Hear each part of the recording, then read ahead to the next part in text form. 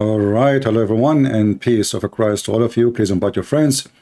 And today, let us give some respect to the most respected prophet, proven scientifically, historically, geographically. Any Lee you want, even the Lee from China, he will witness that Muhammad was a prophet. Today, I was searching for a topic, what I will go and talk about. You know, and YouTube always helped me. And then I saw two idiots. I guess they are from the UK. And they have a video. The title is, "You think Islam is a true religion? Are you stupid?" So those are two ex-atheists who became Muslims, white boys. And in their videos, they are telling you how much they feel different now because they are being Muslims. And the other guy, he told us how science agree with the Quran, even though the Islam is not supposed about science. And, you know, I mean, I don't know, I felt I want to cry. And then I left a comment for this potato in the left, the one with the beard. And the coward, he took down my comment. I checked 2 hours after. All what I said to them, well, as long Islam is not a stupid, do you dare to take my call? And let us see if Islam is a stupid or not. I will call them. Just give me your Skype. Or you call me. The potato, he took down my comment. As the rest of them, they are a bunch of cowards. But I find it very funny that the one in the right, he says that the Quran is the most preserved book, but yet we cannot find one copy. this idiot, the bald guy, you know, this guy is he remind me of this stupid the rapist from Korea who tried to rape a Muslim woman. What's his name? Kim, he want to be a singer. Nobody listened to him. This guy, he want to be a singer. Nobody listened to him.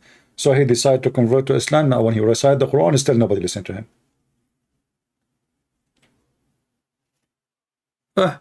Good luck. I'm not going to play any of their videos. You can watch it. I have the link down in the info. But it's the most stupid, silly ever. However, I said to myself, if I speak about Islam to be stupid from my own, well, Muslim will say, well, this is a Christian prince saying that.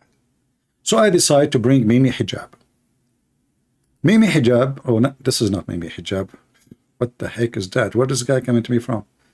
Okay, hold on. Where is Mimi Hijab? Let me search for Mimi Hijab. They are not even close. They are not even from the same country. My geography is messed up like Muhammad's geography.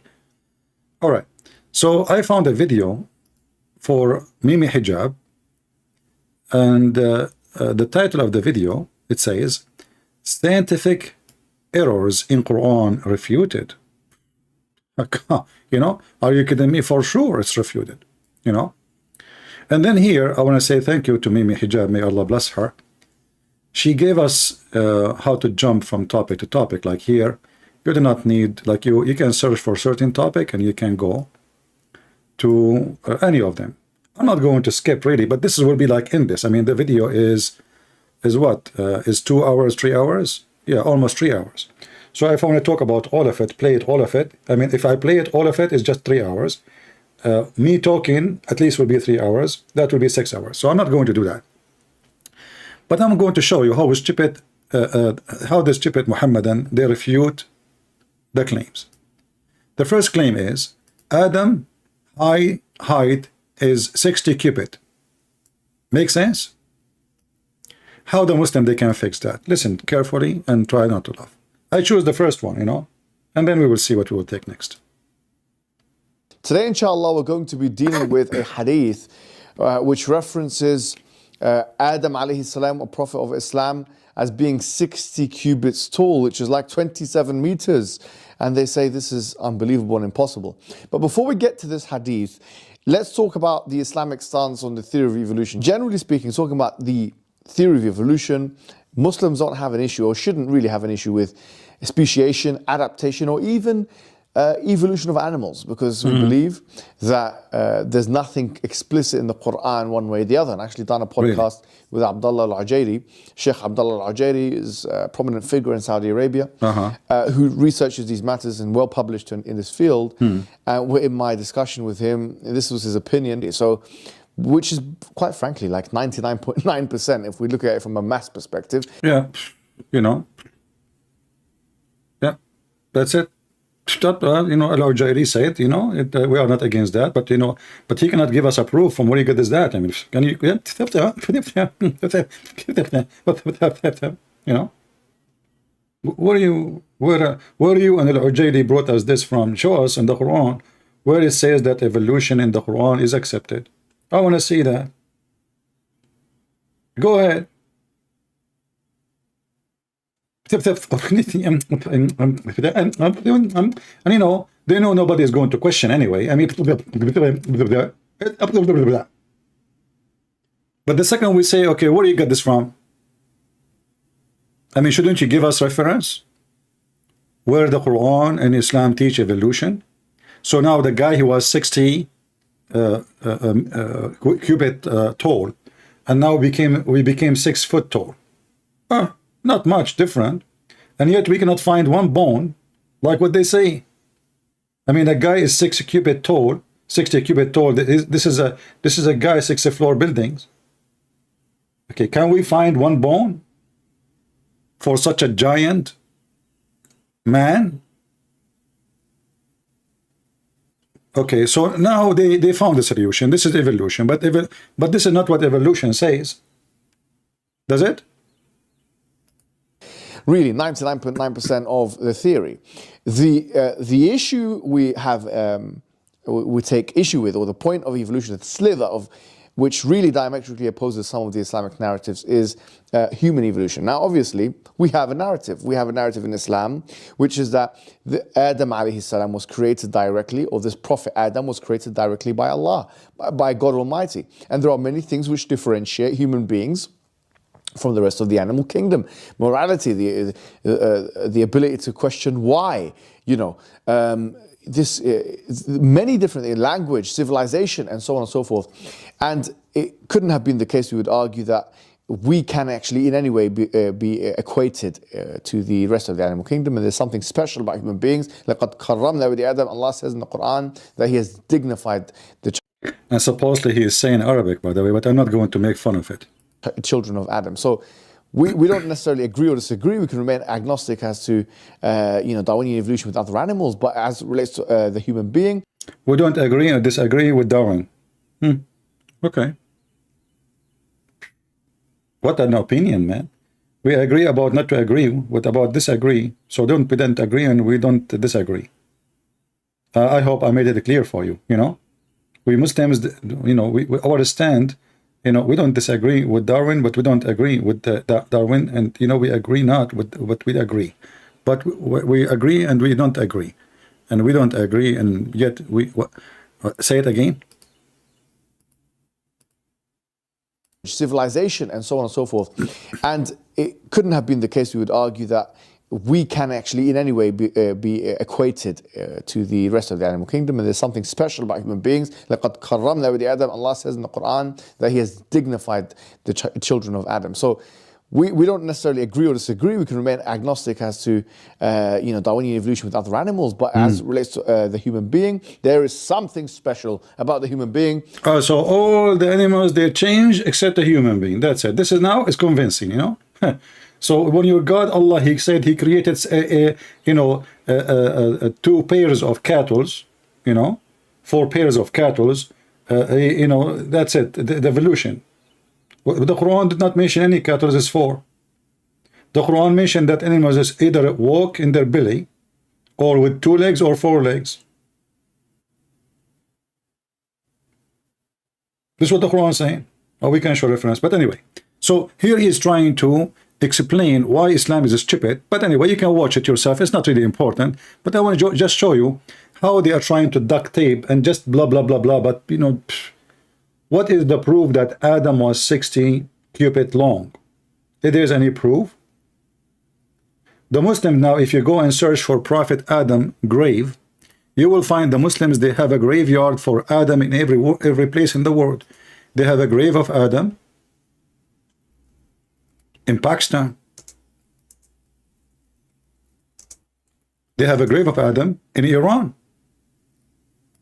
They have a grave of Adam in Saudi Arabia. They have a grave of Adam in Afghanistan. They have a grave of Adam, and all of them, they are so long. Look, brother, look. Oh, I found one, even Adam and Eve in one grave. Look, this is a different grave. The one in the right is different. The one in the other one is different. This one is different. Look at this one. This one, this is our sister Eve and Adam in the, like, sister in the left, and Adam in the right. And look how the grave is long, but still it's not 6 cubits. Okay, why we don't open them and see if there is any bones there? They have a grave for Adam everywhere in the world. Look at this one. This is a different one. Look like Adam, he died everywhere. I mean, this guy, I think he was taking an airplane, and the airplane explodes, so his head, this is his arm maybe. One arm went to Pakistan, one arm went to Afghanistan, the other arm went to the mouth of Mimi Hijab, you name it. So the guy, even they have his footstep in Sri Lanka. Yes, brother, because Adam, he landed in Sri Lanka, and where he landed? In the top of the mount here, and this is his footstep, brother. And then he went to Jeddah. But true, I mean, it must be true story. But this is a Buddhist temple. So look like the Muslims, even they are stealing stories from the Buddhist, which is proof that Islam linked to India at the end. Islam is an Indian religion. Because why Muhammad even choose from all the world saying that Adam came from India? You tell me. Right? I mean, they have, you know, yeah, look. This is Noah. Look, Noah. Look, Noah. Noah look like a falafel sandwich. So this is a Prophet Noah. They knew where his grave. Prophet Noah, peace be upon him, brother. Yeah. Okay. Do you have the grave of his wife too, or only him alone? You know, what a lonely guy. What the heck is that? You know, they make those graves just to make money from the naive ones who they are coming. They pray around them, kiss them. You know, the woman, she cannot have kids. The Sheikh there, he take off her panty and make her have a baby because the husband is not able to do it. So praise be to Allah, you know. Anyway, let us go back to Mimi Hijab and see how he is fixing things around, you know. I mean, okay, forget about Adam now, how tall he is. Prophet of Allah, he knows best. That's it. Prophet of Allah, he said, he is 60 cubit, he is 60 cubit. And remember here, if Mimi Hijab accept this hadith, then he should go by the hadith. Why he don't mention the rest? This is the only problem in Islam? How tall Adam is? Okay. So we will skip this part. And then he says, Richard Dawkins, the Quran, the mixing two C's. Okay, let's see this one. This is number 2. Today, inshallah, we're going to be discussing a particular verse, and actually there's more than one of them in the Quran which make these kinds of references, but we'll focus on one because the same thing that can be said of this verse can be said of all of the other ones which have similar phraseologies. And this is a verse in chapter number 55 of the Quran, verses 19 to 21, where Allah subhanahu wa ta'ala says, مَرَجَ الْبَحْرَيْنِ يَلْتَقِيَانِ Maraja. بَيْنَهُمَا بَرْزَخٌ لَا يَبْغِيَانِ. That he let free the two seas of water, and he put between them a barrier that you cannot transgress between. Now, I recently saw, and I saw this before, a long time ago, a video of Richard Dawkins. Richard Dawkins actually going to a school with some Muslim students, some young students, and this is a common tactic. You go for the weak ones, the untrained ones, you know. Is that why you don't dare to debate me? Is that why you went to an atheist? He is a kid, to debate him? Where is this kid? Where is this guy? Where is this guy? This is the debate. This is the guy, Mimi Hijab, he debate him, is an atheist. Mimi Hijab, he is upset. You debate kids. You argue with kids. What about you come to us? We are the specialist. Even this guy, you could not debate him. He is made, he made fun of you literally.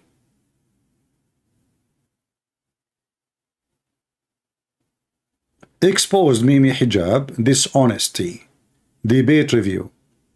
You can go watch it. The guy is an atheist. His name is a channel Cosmic Skeptic, but he's a kid. But remember, Mimi Hijab don't debate kids, and he don't agree to debate kids. No, only expert. He ran away from debating me. The second I call him, he hang up on me. I call him again, he hang up on me. I call him again, he hang up on me. About logical contradictions, Muhammad Hijab, this is one of the most basic that there is. To say that something is necessarily true is to say that it is true in all conditions, under all... Anyway, you can watch his video for this guy. Let us go back to Mimi. So Mimi is going to get this guy busted. I mean, why apostate prophet keep coming in my face? Hold on, let me close this page. He keep coming in my face, man.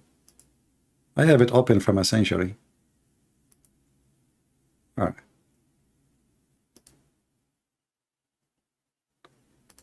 All right. So this guy, he go and he argue with kids in school.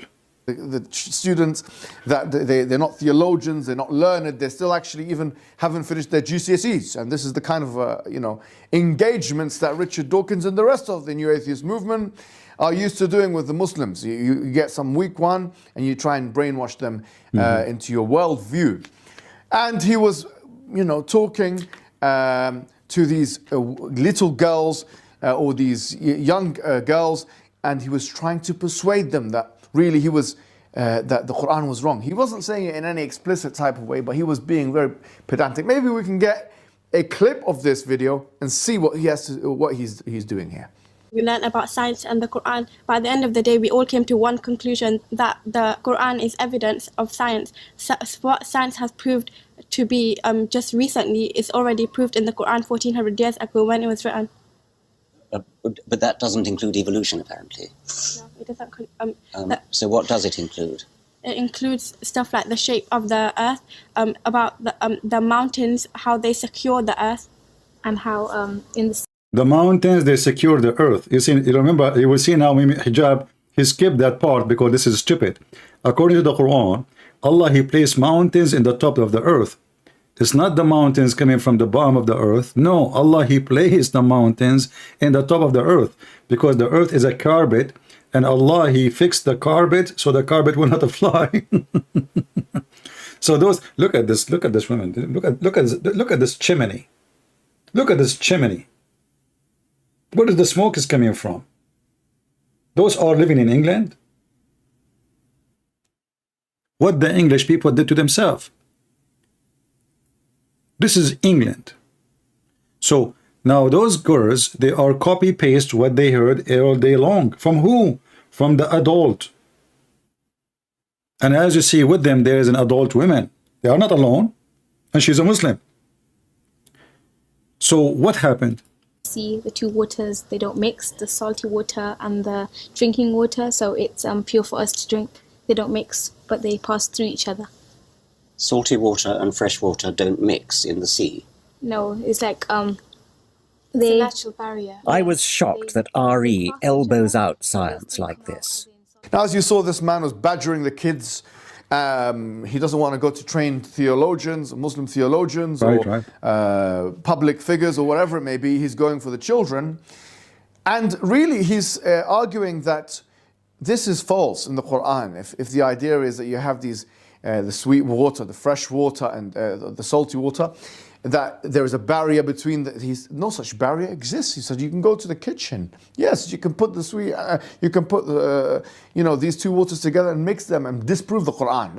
This is such a weak and lazy approach. Don't you want to research what this verse is talking about in the first place? In the first place, I like it when you act like in the first place. Be careful. Once your ass will turn loose out of your shoulder.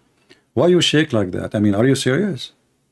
Didn't you want to go and read in the first place? So are you saying to me, all those Muslims who made the videos claiming that the Quran is speaking about the ocean and the sea are mixing, they are not reading like him? Because if you just went to even an English translation of the exegesis of such verses, the verse. you don't realize that the prominent or the most popular exegetical opinion on this was that... What is killing me, I want to know how many lice you have in your hair. I mean, you keep scratching your hair every 2 seconds. For the sake of Allah, just to smash it, kill it. I'm going to focus now in the lice in your head or in the idea. Stop doing that. By the way, the Prophet Muhammad was full of lies, in case you do not know. And yet the Muslim, they clean about hygienes in Islam. Go to the topic, man. So what happened now? What is the meaning of this verse? The girls, they said, the water, the salty water and the fresh water don't mix. What the Quran says, give us the answer. The barrier in question were the land masses that were separating seas from rivers. For example, the Arabian Peninsula. For example, other land masses that separate these things. So on the one side of this land mass, you have maybe a sea, and the other side, you have a river, and within the land, you have a river flowing. This is what is being referred to here. Look how stupid you are. But the Quran says they will never touch each other, you donkey. Have you ever heard of a fresh water and salty water never transgress? So now he tried to fix it. Now, and by the way, yes, this is what the Quran is saying. This is what the Quran is saying, I agree. But the Muslims, they lie always about everything. But now, because Mimi Hijab, he noticed that this idea is stupid. We go to the kitchen, as this atheist, he said to them, we go to the kitchen, we grab a cup of water, salty water, and grab a cup of fresh water, put them together and let us see. Very simple, and we will find that they are mixed. So now he decided to mix it, he decided to fix it. But when he fixed it, he destroyed it too. He made Islam look stupid. But just to show you, I will let him finish his answer. And then you will ask yourself, if this is what it's meant, why then the Muslims, they have different opinion? Water, sweet and salty, though they meet, they do not mix. There is a barrier which is forbidden to be trespassed. There is a bar. Did you hear the word says they meet? Did you hear it? They meet. They meet. But they don't mix. So if the water, this is why we as Arab Christians, we laugh at the Quran, because we do not need a translator to lie to us and fool us what it says. It says they meet, and then the word barzakh mean a piece of land. So how they meet and between them a piece of land? Who is the stupid here? They meet, but there is a piece of land. But look, Zakir Naik, he is not a kid. This guy, he said, this atheist, he went to kids, talking to them, and the kids, they gave him wrong answer because they are not the trained one. They are not the expert one, the educated one. But this is Zakir Naik himself, peace be upon her, saying, yes, this is what it's meant, that water, salty water and fresh water are not mixing. Now, Mimi Hijab, he want to wash his hands from what all Muslims videos in YouTube says, from all what they claim in the YouTube. Suddenly it is not true. This is what the Quran is saying, because they notice that this is really stupid. So now he want to wash his hand from it. Listen again to Prophet Zakir Bakura, may Allah bless her. There is a barrier which is forbidden to be trespassed. There is a barzakh. Barzakh. This is the only Arabic. This is the only Arabic word you know. Understand what did it mean? Today, after science have advanced, we have come to know that whenever one type of water flows into the other type of water, sweet water flows into the salty water, it loses its constituents and gets homogenized into the water it flows. This transitional homogenizing area, according to the Quran, is called as the barzakh. So look, barzakh, according to Mimi Hijab, is a piece of land.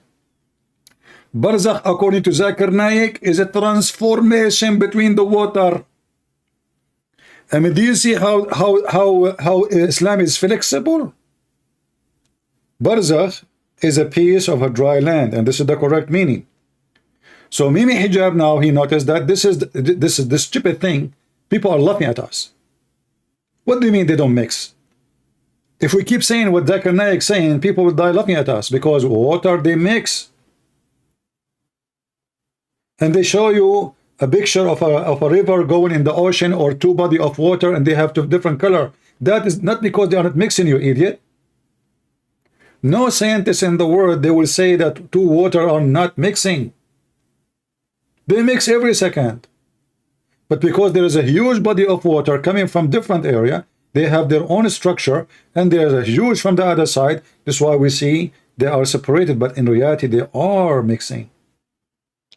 However, as long Mimi Hijab, he agreed about the answer I used to give always to the Muhammadan, that yes, there is a dry land. But how there is a dry land and they meet? If we go in the Quran, the yellow pages of Muhammad, we will find this.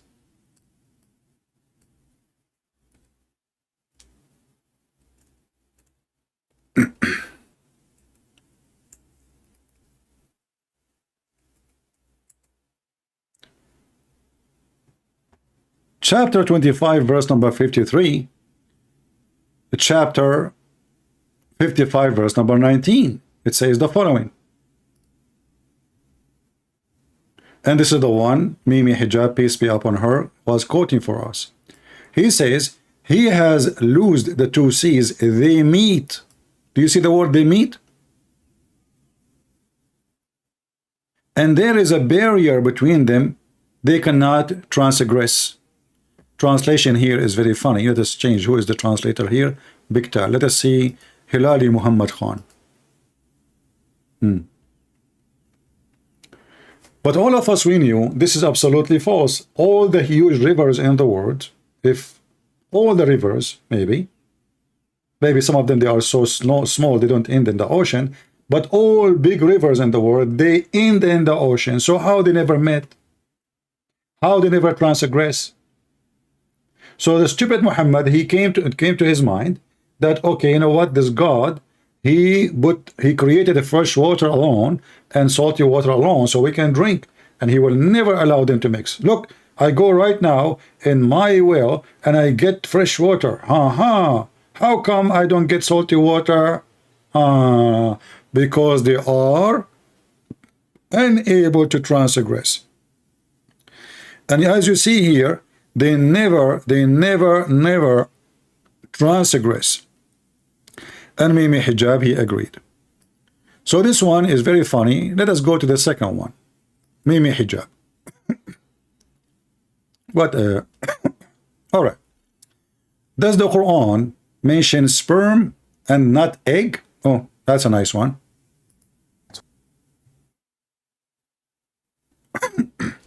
Today, inshallah, we're going to be talking about a contention which is really a feeble and weak intention. I have a request. Those who want to download the video later, cut every topic by itself and make it a video by itself. Don't post the whole thing. That will give you more view, easy to share, and easier for you. All right? And get more videos on your channel.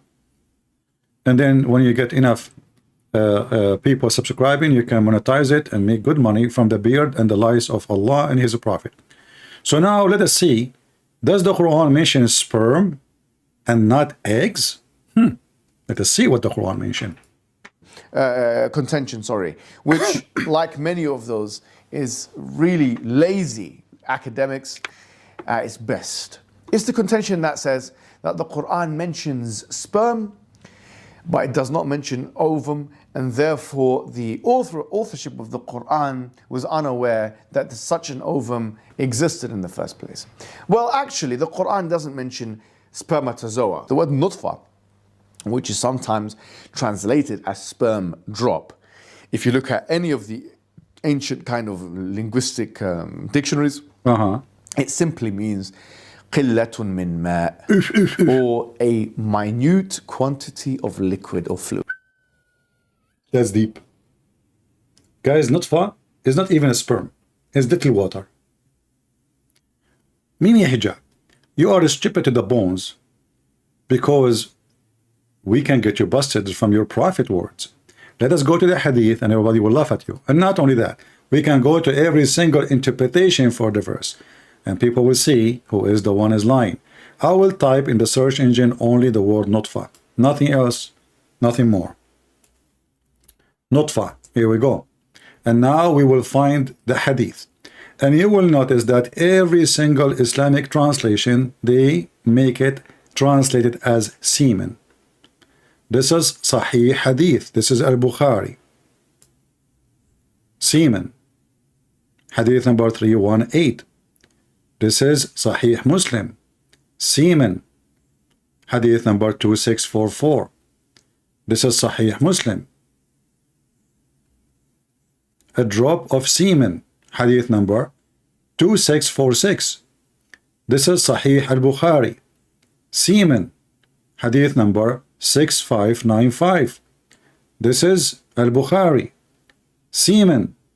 Hadith number 3333. This is Riyadus Salihin. Semen. You see, I mean, he said that it doesn't even mean semen, but look like every single potato Muslim in the world translating it into semen when it is not semen.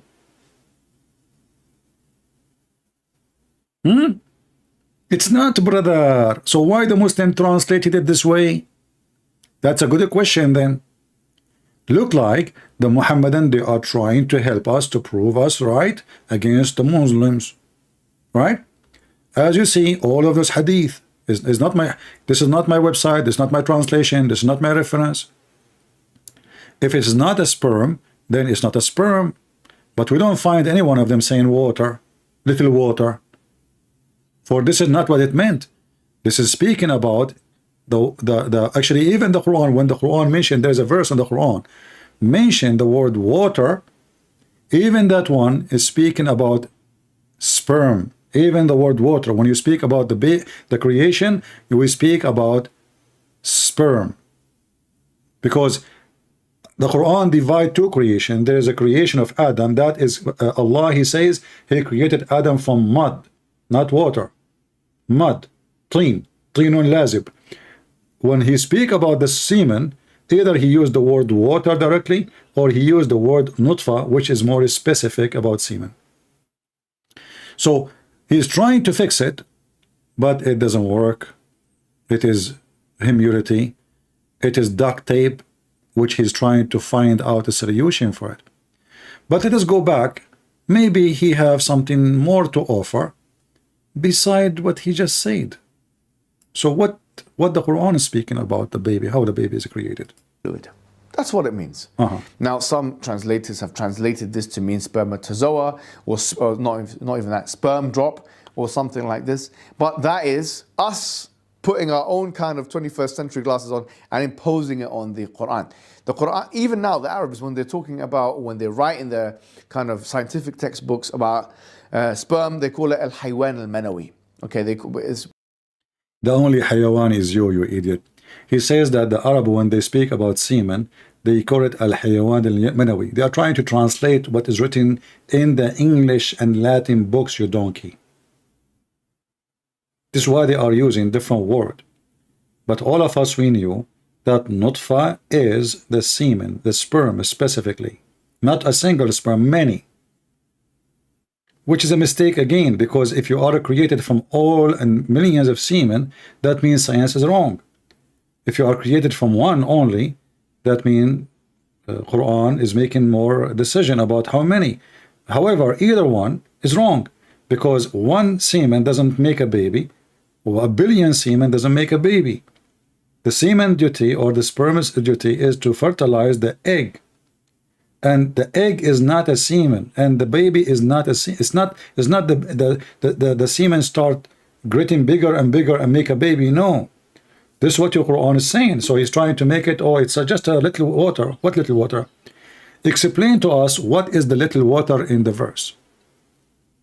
Basically, the animal, which sperm animal, you know, this is how they would translate it. Stop because touching your nose. Nutfa is not specific enough to that very, you know, sperm that we see in diagrams. I'm sure you've seen in pictures and so on, in films or whatever it may be. So the Quran doesn't mention that, nor does it mention the egg. It doesn't mention the egg in its, because no one would understand this. I mean, think about the Quran is trying to reach out to a 7th century, 8th century, 9th century audience, not just a 21st century audience. Imagine if it's telling the end user here that inside of the sperm that comes out or you emit as a man, there is actually animals in there. Or the people would be like, what's this talking about? I mean, think about that. The Quran. So now he's trying to say to you, at that time the Quran was speaking to stupid people, they will not understand. Okay. So Allah don't want to know He will speak to us today? Are you saying He used the wrong word? Are you saying the Quran never mentioned how the baby is made?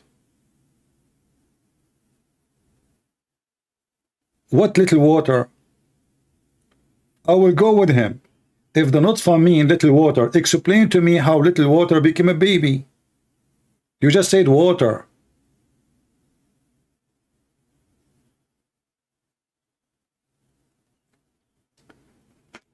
Continue. Quran uses phraseology which is appropriate for all peoples in all times. It uses perfect phraseology which we, as for example 21st century end users of the Quranic discourse, can understand, you know, with for example the biological and embryological understanding of today.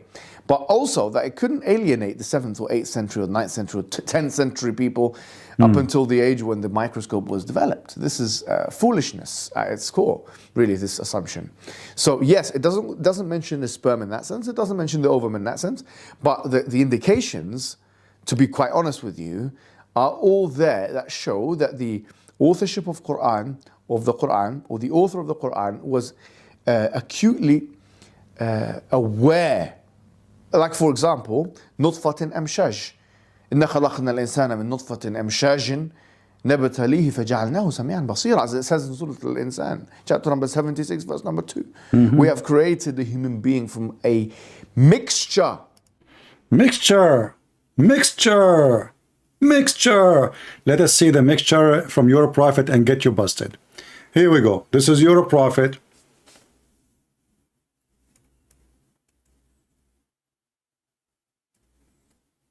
Explaining what does that mean.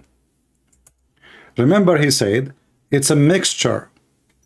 So what is the mixture which create the baby? It is the orgasm, not anything else. Not an egg inside the woman.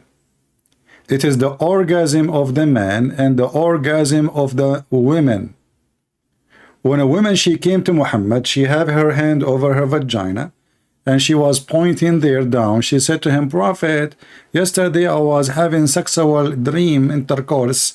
A man, he was doing a lot of bang bang to me, so I have something here, look here, you see, it's wet. So the Prophet, now he want to give her advice, because the Prophet, this is what he do. I mean, this is what the Prophet for. Women, they come to your door asking you about their wet dream. What we should do? She have orgasm. The conversation is so clear, and this is Sahih al-Bukhari. Let us read together. Salama said, this is the wife of Muhammad. She said, Salim, this is the hooker who came to Muhammad. O Allah Messenger, and by the way, this woman later she offered herself to the Prophet to F her. O Allah Messenger, Allah does not refrain from saying the truth. Sure, come on. This is what the Muslims they say. There's no shame in Islam. Ask any question you want as long as it's about the vagina. But don't question Islam. Ask about the vagina, you're good to go. Is it obligatory for a woman to take a bath after she got nocturnal discharge? Focus with me. Nocturnal, I don't know if I'm saying the word correctly. Discharge, he said yes. If she noticed the water between two brackets, i.e. discharge. Do you see the word water? Guys, do you see the word water? Water. The word here is used is water, not even sperm. Salama said, does a woman discharge? The wife of Muhammad, she never had orgasm. This is telling you what kind of penis Muhammad he has. his wife, she cannot believe that women, they have this charge ever. And the Muhammadan, they say to you that the Prophet have the power of 40 men. The wife of Muhammad asking what she said? What? Women, they guys, imagine how embarrassing that you are talking, you know, you are a prophet who speak about how powerful you are in bed, and then the wife sitting next to you, and she say, what? This charge? What she is talking about, Muhammad? Oh, honey, don't worry about her. She's you know, just go to the kitchen, okay? Go to the. And now Muhammad now want to explain. So he said to his wife, yeah. Then why does the child resemble the mother? So Muhammad Hijab is trying to fix it. According to Muhammad, the women and the man, when they have sex, that this charge coming out, not in. The discharge coming out from the man, coming out from the women, they meet together. And that what make the child resemble the mother if the women have this charge, which is absolutely scientifically, you know. Like now, if we look at any of you, I don't want to choose any name of yours. You want to see if you are really who in the bed have discharge first, your dad or your mom. If you are a male, this is number one. Obviously, your dad have discharge first. If you are a female, that your mom, she have orgasm first.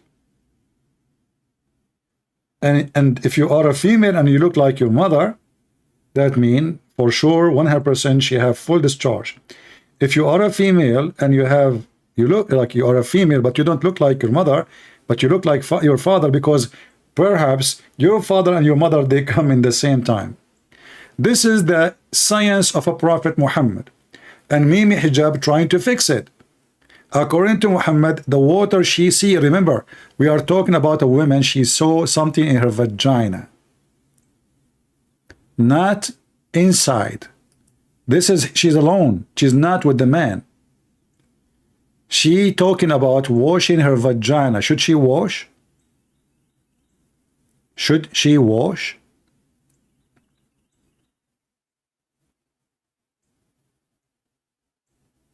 As you see, and Muhammad, he claimed that the orgasm of the women is the reason for the baby to resemble his mother.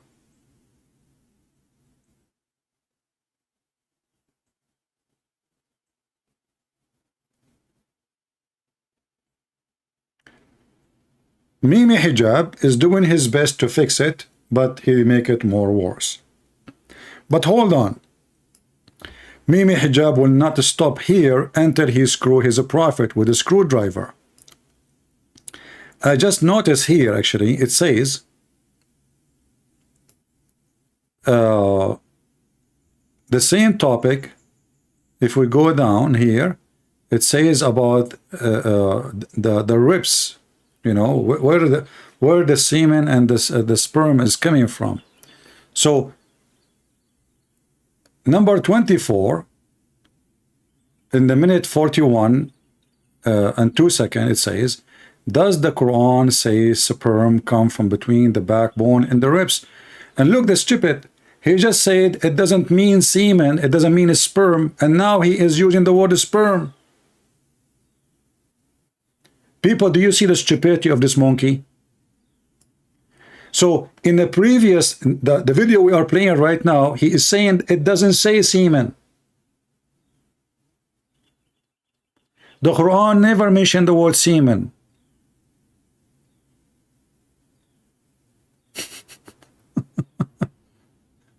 Are you with me? The Quran, he was saying the Quran never said the word semen. He just, because those videos, he made them in part, not in one day, you know, and then they put them together. So the donkey, he forgot what he said, that he denied the Quran saying semen, and now he is saying in the moment 41, does the Quran say sperms come from between the backbone and the ribs? So nutfa was not a semen, never said semen. Now, the word, and he said that mean water. Water. But when we go to that chapter here, we will see that it says water. He himself is the one who translated as a sperm. Let us go there and laugh together. Today, inshallah, we're going to be talking about a verse which is littered all over these kind of anti-Islamic websites. Anti-Islamic website, brother. What I did. Sorry. Assalamu alaikum. Hold on.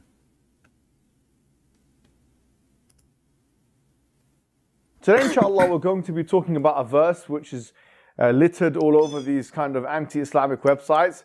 This is in chapter 86, verse number 7, where Allah subhanahu wa ta'ala, He says, فَلْيَنْظُرِ الْإِنسَانِ مِمَّا خُلِقَ مِنْ مَاءٍ دَافِقٍ يَخْرُجُ مِنْ بَيْنِ الصُّلْبِ وَالتَّرَائِبِ. That let human beings see where he has been, from what he has been created.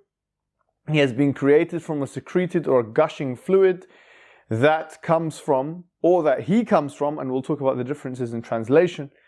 Now, I hope now he will not scratch his head no more. No more lies. Focus with me, people. Focus with me. Focus with me, Muslims, and see how this stupid idiot, he just got his prophet busted again. The same Quran, the same story about the creation, just the video before it, in the same video, he denied that the Quran is speaking about semen ever. The Quran just say water, little water. Doesn't say semen. Now he is saying it is semen. بين الصلب والترائب, between the backbone and the ribs. And obviously here, صلب والترائب is translated in more than one way, and we'll come to this. The contention is that this is actually unscientific, because we know that spermiogenesis happens in the testicles, and it doesn't happen between the backbones and the ribs, for example. And the assumption obviously is that what is being referred to in the verse when it says ma'in dafiq is sperm, and therefore this verse is out of line with observable reality, and it's a proof against Islam. This is the contention. So let's deal with one thing at a time. First and foremost, what does the words sulb and tara'ib actually mean? So there are three opinions which are represented in the classical literature and the dictionaries. Either we're talking about the backbone and the ribs of the man, or we're talking about the backbones of the ribs and the backbones of the man and the ribs of the woman, or we're talking about the backbone and the ribs of the woman, and we're not talking about the secreted liquid or the secreted fluids, but instead we're talking about the insan, the human being himself. Because the verse says, فَلْيَنْظُرِ الْإِنسَانِ مَا خُلِقَ, let the human being see from which, or from that which he has been created. خُلِقَ مِن مَاءٍ دَافِقٍ, he has been created from a gushing or secreted fluid. يَخْرُجُ مِن بَيْنِ الصُّلْبِ وَالتَّرَائِبِ, which comes from between the backbone and the ribs. Now, could it mean that the human being, يعني فَلْيَنْظُرِ الْإِنسَانِ مِمَّا خُلِقَ, let the human being see where he is being created from. خُلِقَ مِن مَاءٍ دَافِقٍ, and taqdeer here is خُلِقَ الْإِنسَانِ مِن مَاءٍ دَافِقٍ, that the insan was created from ماء دافق, secreted fluid. يخرج من بين يخرج الإنسان يعني من بين الصلب والترائب, that the insan, it comes. Look how they changed the meaning. The Quran saying that the human being come from between the backbone and the ribs. This is what the Quran is saying. Simple. The Quran is not saying that there is a sperm coming from the backbone and the ribs. No. But the verse says, gushing fluid, ma'in dafiq. Let us go to the hadith and see what ma'in dafiq mean, and get Mimi Hijab busted again. As usual.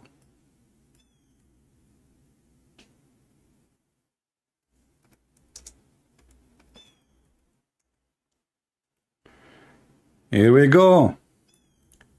Ma'in dafiq. What ma'in dafiq mean? We will see in a minute.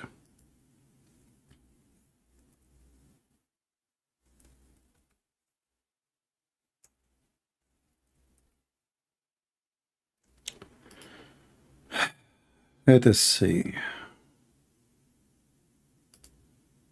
where it's mention of a man whenever you're on a mission on when a man he kisses his wife, and if a man he kisses his wife, a mission occur that only have sacrifice an animal. So here they are talking about ma'in dafiq, but in translation is not shows as it is. But here this is the word ma'in dafiq. Ma'in dafiq. If a man he come to his wife and there is no emission of or ejaculation, that was ma'in dafiq. Ma'in dafiq is ejaculation. It's not even about a human being, your donkey, coming from the women. It's about ejaculation. It says in the Quran in front of you, it is a water gushing forth. When a human being he come out, he come as water gushing forth, or this is the orgasm. Let us go here. And the funny is, this guy, he is the same one who says, in the beginning he says, why those people don't go and see what the interpretation go? Why those people don't go and read any tafsir, what they say? Suddenly he don't want to see tafsir. He don't want to show you any tafsir, because tafsir will get him busted. Chapter 86, verse number 6. It says, is created from water gushing forth. It's not. What is gushing forth is the water. Who is the one that's proceeding? The water. Suddenly Mimi Hijab, he tried to fix it. He make it, oh, this is about the human being, the baby. He is gushing forth. Let us go and see Ibn Kathir, the one, Mimi Hijab himself. He asked me last time I spoke to him, this is the only time, he will not dare to make it happen again. He said, Ibn Kathir says that, Ibn Kathir? Let us go and see what Ibn Kathir he said about that. And now Mimi Hijab, he will wash the face of Ibn Kathir with his ass. Let us see, chapter 86, verse number 6.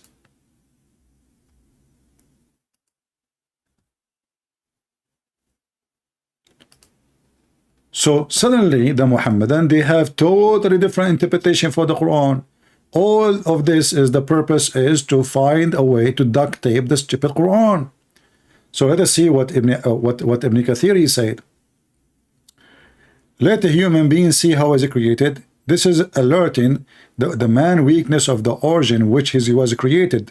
The intent of it is to guide man to accept the reality that the hereafter, because whoever is able to begin the creation, then he can also repeat the creation. Okay, and then he says, explain the verse. He created the water gushing, he is created from water gushing forth, meaning the sexual fluid that comes out, bursting forth from both the man and the women. Mimi Hijab, peace upon her, made it that the one is gushing forth is the baby. The human being come out from between the backbone and the ribs. But the Quran is saying that the backbone is the backbone of the man and the ribs is the ribs of the women. And the water is gushing forth. So the Quran assumes that women have a sperm coming from their ribs and men, they have a sperm coming from their backbone. And I find it very funny that Mimi Hijab, he agreed that, yes, you know, it cannot be that sperm is coming from the backbone. It cannot be that a sperm is coming from the ribs. And he is the same person in the same video he mentioned, when we mentioned about this guy, who the atheist who spoke to the Muslims, he said, why he don't go and open any tafsir? If he open any tafsir, he will find the answer. The question now, where Mimi Hijab he get tafsir, his tafsir from? As long you are asking them to get their tafsir, are you now a mufassir? Are you now a scholar of the scholars? Are you now more educated than Al-Qurtubi, Al-Tabari, Al-Jalalain, etc.? Is Ibn Kathir the one who make tea and coffee for you, Mimi Hijab, and you send him to buy you falafel when you are doing your studies? So in order to cover the stupidity, we fabricate something is not there.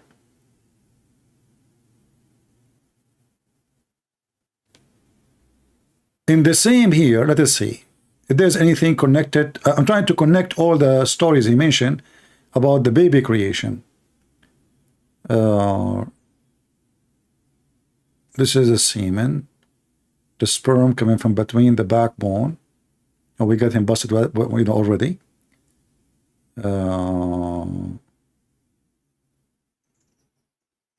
Okay.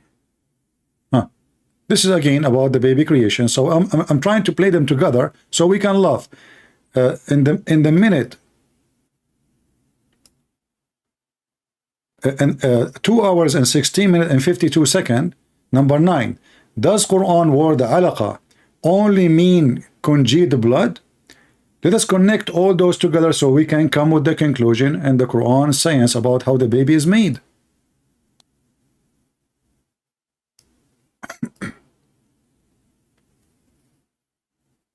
Inshallah, today what we're going to be talking about is something which relates to the subject. I love it that you grow, you know, I mean, you play the video before it, he have no hair. The video after it, he have long hair. The video before it, he have no hair. I mean, this guy, he have a wig. I don't know what's going on. Okay, so what the subject? Of Quran and embryology. And a particular contention which people have, which is that the Quran allegedly says, according to these detractors, that I've seen their material on anti-Islamic websites, that the Quran, that the human being is made up from a congealed clot of blood, and we know from embryological study that that is not the case. And they say the word alaqa, which is the operative word, the important word, it doesn't mean to cling or to be attached to something, which is what many Muslims of today say, which they say is a superimposition of modern scientific jargon into the vocabulary of the Quran. So let's deal with these two contentions one by one. The first thing I'm going to be dealing with, inshallah, is the second thing I've just mentioned, which is the fact that this word alaqa cannot mean something which clings or something which is attached to something else. And that in the vast commentarial tradition and the vast exegetical tradition for 1,400 years, this meaning was unknown to medieval scholars, and this meaning was not used in this way to indicate attachment or connection. The truth of the matter is that is false. That, in fact, medieval scholars from the very early days of Islam were mentioning in their treatises, in their dictionaries, and in their exegetical and commentarial works, that in fact, alaqa does mean to be attached to or connected to. So I'll give you one or two examples. Ibn al-Jawzi, he says this, and he was a 6th century scholar. Al-Asfahani, who... Let us see first one by one. Remember, this guy, he went to all the Muslim scholars, and then he said, Ibn al-Jawzi. Ibn al-Jawzi. So, Muhammadan, if I go right now and look at what Ibn al-Jawzi said, we should find that Ibn al-Jawzi did not say ever that it is dead blood. Who is a Muslim would like to call me live on air and read for me what Ibn al-Jawzi said? I'm going to open Ibn al-Jawzi. This is your Islamic website. And whatever Ibn al-Jawzi say, we will take. Who is a Muhammadan? He want to get Muhammad Hijab busted with no mercy. And tell us what Ibn al-Jawzi said.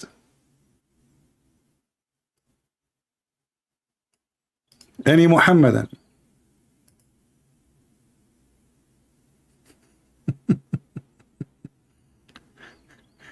You know, I think that Mimi Hijab, when he did make this video, he knew that the Muslims is the one who will watch it. And if there's non-Muslims, they don't know even who is this guy Ibn Jawzi. Where we going? Where we are we going to find him? Even where to read his book? And if we find it's going to be in Arabic. I would like to call Mimi Hijab, if he there, to tell me what Ibn al-Jawzi said.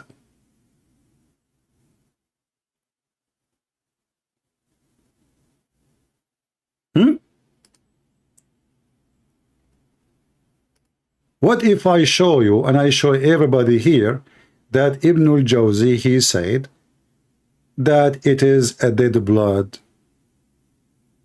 and it is a solid blood, not only dead blood.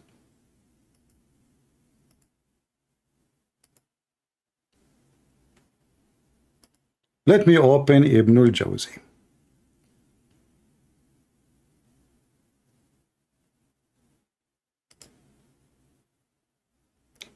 This is Ibn al-Jawzi.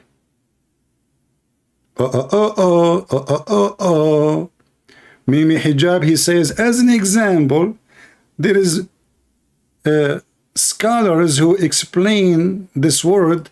It doesn't mean dead blood. It doesn't mean blood at all. It means something is hanging. Yes, brother.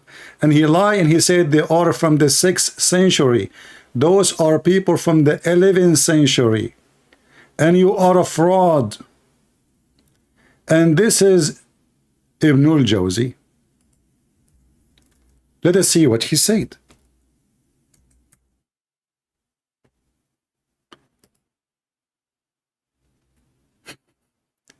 Actually, Ibn al-Jawzi, he got you busted in two things. You said that nutfa does not mean sperm. Ibn al-Jawzi, he said, النطفة فهي المني. It is a semen. والعلقة دم عبيط جامد. العلقة is a dead blood. The monkey, he is the one who asked me to open the book of al-Jawzi, Ibn al-Jawzi, not me. I mean, from all the scholars, he is sure now, he decided, he look all around, where I can find. So he looked for someone, nobody can find him.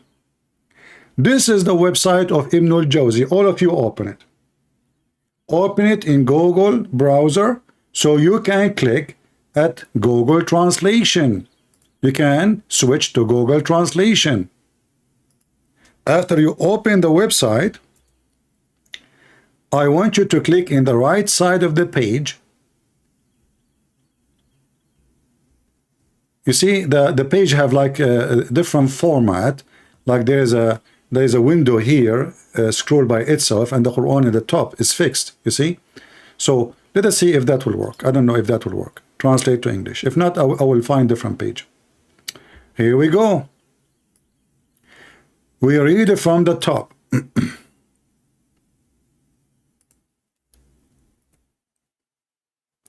Is it a blood, and it's a solid blood?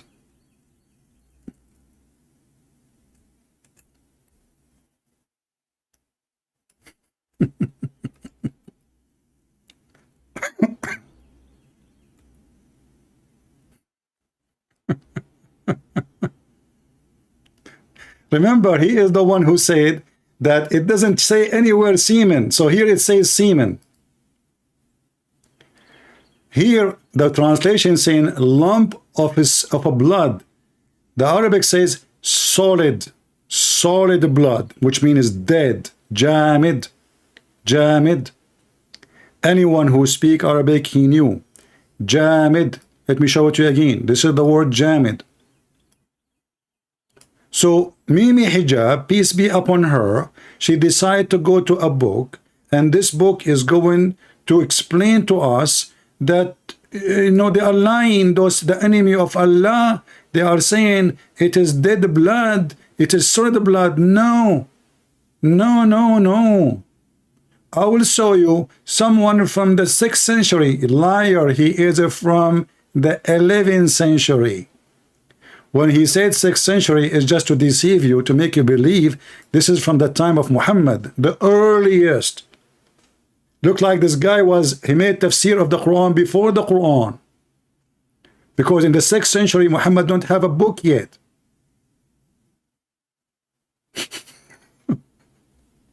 This is the 6th century of Islam, which means the year 1100 something. However, this idiot, he choose for us a book, agree about two things. He said it doesn't say sperm, and as you see, it says a sperm. He said it doesn't say that CP. The turn to be, it says that CP.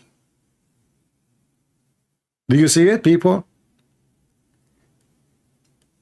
Anyone, any Muslim can tell me how stupid this idiot?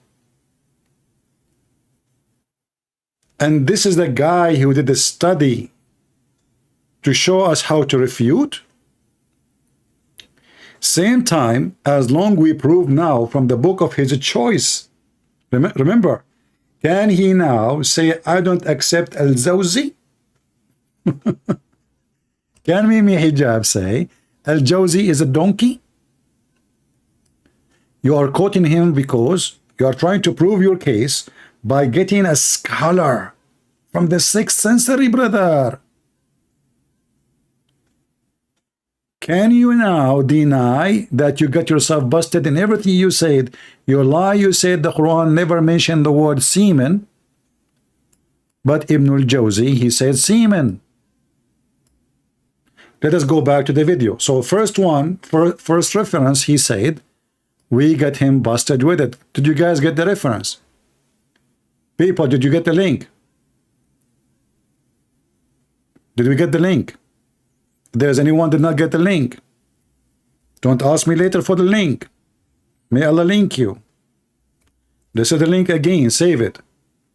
And go to Mimi Hijab and show him how stupid you are. Christian Prince got you busted.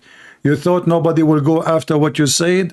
Well, we are here to laugh at you, at your prophet. So now we prove, actually, as long as this is the scholar he approved, we prove Islam to be false, because he himself, Mimi Hijab, agreed that this cannot be true. If this is true, this is a scientific mistake.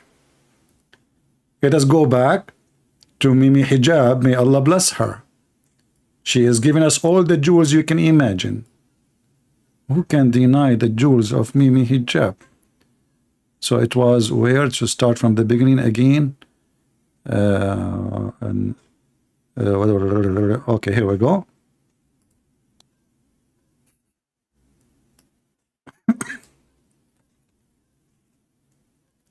Inshallah, today what we're going to be talking about is something which relates to the subject of Quran and embryology, and a particular contention which people have, which is that the Quran allegedly says, according to these detractors, that I've seen their material on anti-Islamic websites, that the Quran, that the human being is made up from a congealed clot of blood, and we know from embryological study that that is not the case. And they say, people, be my witness. Did he say that is not the case? And isn't it him who chose Ibn al-Jawzi? And isn't it Ibn al-Jawzi, he said, well, this is now what it is dead blood. Before I continue with more reference he will give us, let us go and see the hadith. Look like Mimi Hijab, he knew better than his prophet.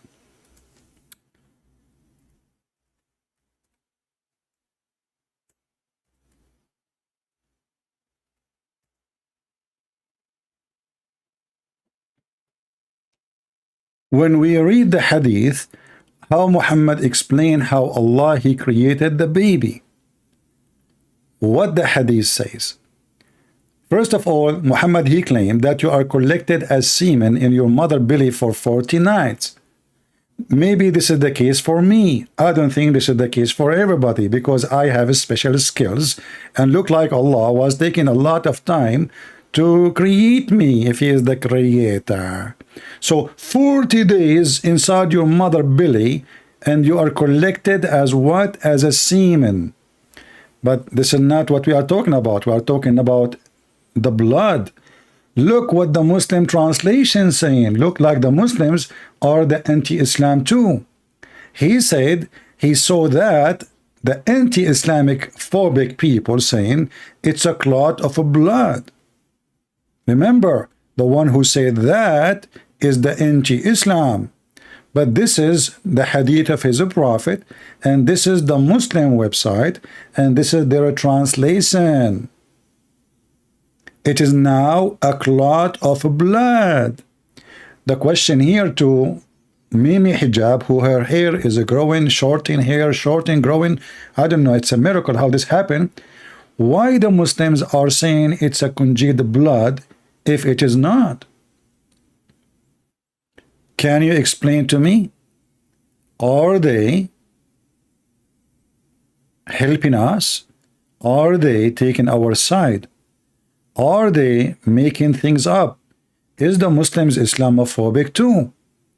Maybe the Muslims are anti-Islam.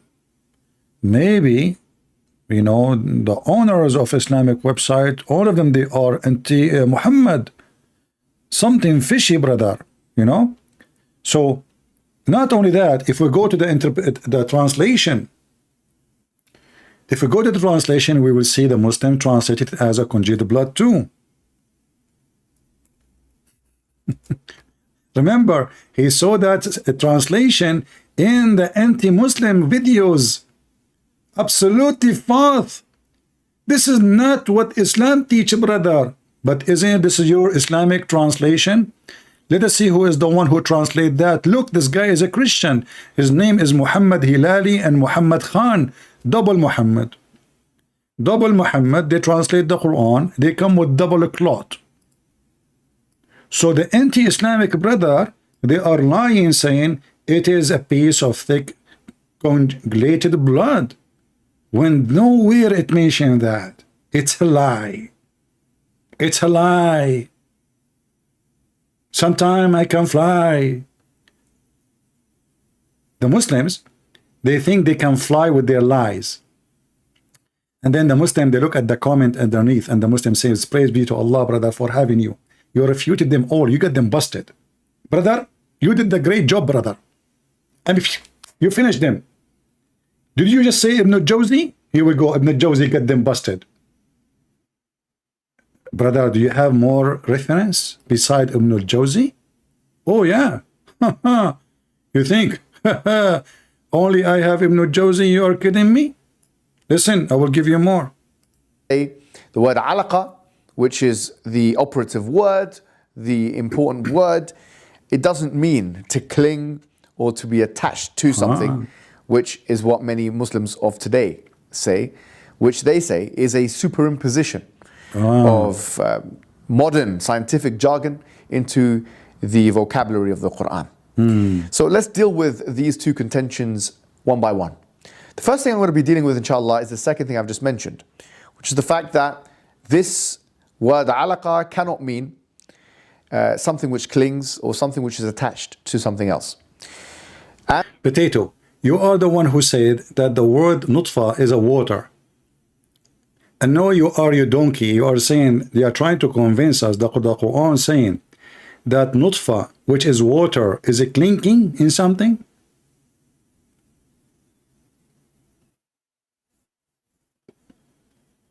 That's what you are trying to say? And then you quote for us Ibn Jawzi. This is telling us that you never opened the book of Al-Jawzi. Maybe you never have it. Somebody told you. In fact, I am 100% sure that you never had the book of Al-Jawzi, because if you have it, you will read it. If you read it, you will never mention it. There is no way a person will mention such a book, and he did read it.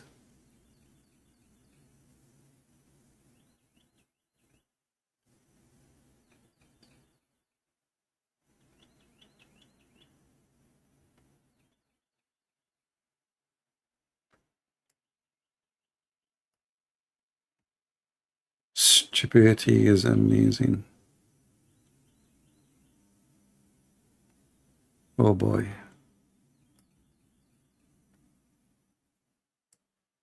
Let us see the second reference he have. And that in the vast commentarial tradition and the vast exegetical tradition for 1,400 years, this meaning was unknown to medieval scholars, and this meaning was not used in this way to indicate attachment or connection. The truth of the matter is that is false. That, in fact, medieval scholars from the very early days of Islam were mentioning in their treatises, in their dictionaries, and in their exegetical and commentarial works, that in fact, alaqa does mean to be attached to or connected to. So I'll give you one or two examples. Ibn al-Jawzi, he says this, and he was a 6th century scholar. Al-Asfahani, who has a dictionary talking about the mufradat of the Quran, or the singular words of the Quran, he also mentions that one of the meanings of the word alaqa is something to be attached to sahibuhu, to its companion. So something to be attached to something else. You know, the funny is that the word alaqa is called alaqa simply because it is attached. But this is not the question. The word alaqa is a given description for blood and blood only. When you hurt yourself, you have a blood attached to your skin. If you wash it when it's still fresh, you can do that. But the more you give it time, the more this blood will make a alaqa. And the Quran saying it clearly that semen become a alaqa, not aliq. The semen itself become, it's a transformation. If you remember, we opened the Quran for you. Let us see here. It says, we made the nutfa into a clot. So what become a clot? The nutfa. Mimi Hijab, he says that the nutfa is not semen, it's water. Al-Jawzi, the same scholar he mentioned, he said it is a semen. And I wonder why he don't want to quote Al-Jawzi for semen too. And that nutfa, which is the semen, but if we take it as Mimi Hijab, he said it's just water, that water become a clot, between two brackets, a piece of thick conjugated blood. We can change the translator. We are not choosing I'm just randomly, let us say Khattab. I'm just using Islamic translation.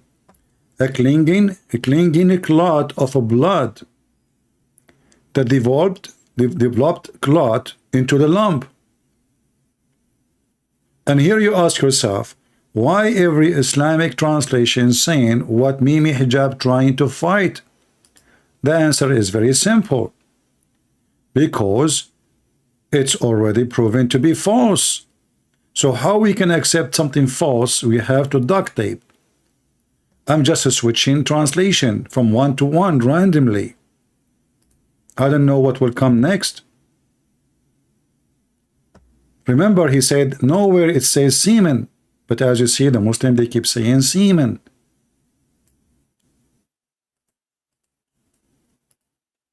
Yusuf Ali. Let us see what Yusuf Ali is saying. We made the sperm into a clot of a congealed blood. But Mimi Hijab, he noticed those things happen only in anti-Islamic websites. So it turned to be that all Muslim scholars are anti-Islamic website. What if I go right now and see what Ibn Kathir is saying, or Al-Qurtubi, or Al-Jalalain? Are the anti-Islamic website, chapter 23, verse number 14. This is Ibn Kathir. And ask yourself, if you are a Muhammadan, who you want to talk? Someone in YouTube, or the ones they themselves, they ask you to open. When he start his video, he is the one who asked you. He asked this guy, the atheist who met with the kids, why you did not open the tafsir? Huh? Why you did not open the tafsir? Why? You did that on purpose, don't you? You don't want to open the tafsir, but it turned to be he is the one who don't want to open the tafsir. And he started giving us his own tafsir. And now, if we see what Ibn Kathir is saying, is Mimi Hijab going to say he is anti-Islamic, he is Islamophobic? What he will say? Let us read what Ibn Kathir is saying.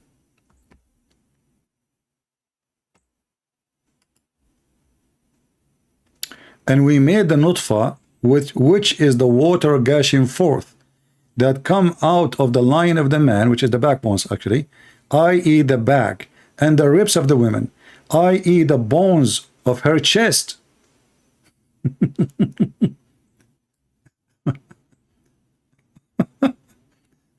And then it become a red clot.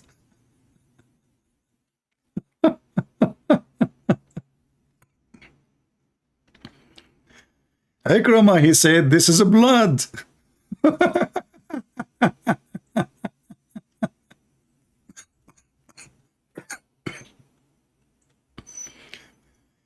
Mimi Hijab is telling you that you have it wrong. You are listening to the anti-Islamic, phobic, demonic, sick people who hate Prophet Muhammad, peace be upon him. This is Ibn Kathir. And we can show you the same from Al-Qurtubi, Al-Tabari, Al-Jalalain. It turned to be that all of them, they are wrong, and now we are in trouble, so we need to find an exit. We need to find an exit. So let us go back to the video of Mimi Hijab, may Allah bless her, so the comedy will continue. Okay. Give us more reference, please. I will try not to stop him, so we can listen to more. To be connected to it. So this is a specious and uninformed claim, quite frankly. I'm quite surprised, I'll be honest, that these individuals who are making these claims didn't do themselves the academic justice. See? They did not do the academic, they did not do the academic justice. They did not do the academic justice.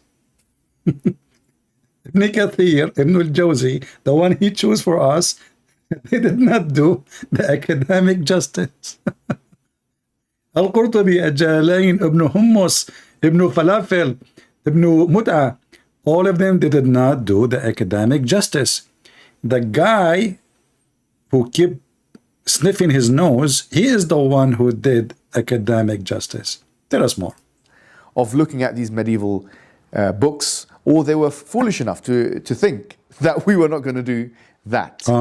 Indeed, these meanings are there, they are codified, they are written, and they exist. Really? Now, the second contention is they say, well, okay, let's give it to you. It could mean to be attached to or connected to something, which will go in line with modern embryonic understanding of the embryo being attached to the uterine wall. And obviously, through the umbilical cord and other things, taking from the nutrients of the host, in this case, the mother.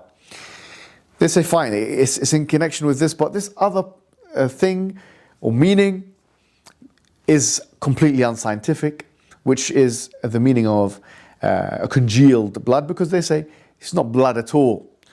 It's not blood. The composition, the chemical composition of the fetus is not a bloody one. It's not one that is composed primarily of blood. And you see, this is where their argument is going to fall flat on its face, because this again is a weakness of the understanding of the Arabic language. And in fact, stop. Open your eyes, clean your ears. Mimi Hijab is going to give us an Arabic lesson. He said to David Wood, I know this is coming. You don't speak Arabic, you don't speak Hebrew. Elijah, I mean, God is with us. Fact, a weakness of the understanding of the Sunnah of the Prophet Muhammad sallallahu alaihi wasallam. Because the Prophet Muhammad sallallahu alaihi wasallam himself said, yeah, he said in the hadith that two things have become allowed for us, or two things which are mayyit or dead, and two things, and he referred to the word daman, two bloods. The word dam in Arabic means blood. I don't know, I think I skipped part of it because he did mention another scholar. Why I did not hear it? Hold on. He mentioned another scholar. I don't reference. I think I skipped it by mistake. Sorry guys, I have to play it again. But this time I will not skip it so we can Inshallah, today what we're going to be talking about is something which relates to the subject of Quran and embryology, and a particular contention which people have, which is that the Quran allegedly says, according to these detractors, that I've seen their material on anti-Islamic websites, that the Quran, that the human being is made up from a congealed clot of blood, and we know from embryological study that that is not the case. And they say the word alaqa, which is the operative word, the important word, it doesn't mean to cling or to be attached to something, which is what many Muslims of today say, which they say is a superimposition of modern scientific jargon into the vocabulary of the Quran. So let's deal with these two contentions one by one. The first thing I'm going to be dealing with, inshallah, is the second thing I've just mentioned, which is the fact that this word alaqa cannot mean something which clings or something which is attached to something else. And that in the vast commentarial tradition and the vast exegetical tradition for 1,400 years, this meaning was unknown to medieval scholars, and this meaning was not used in this way to indicate attachment or connection. The truth of the matter is that is false.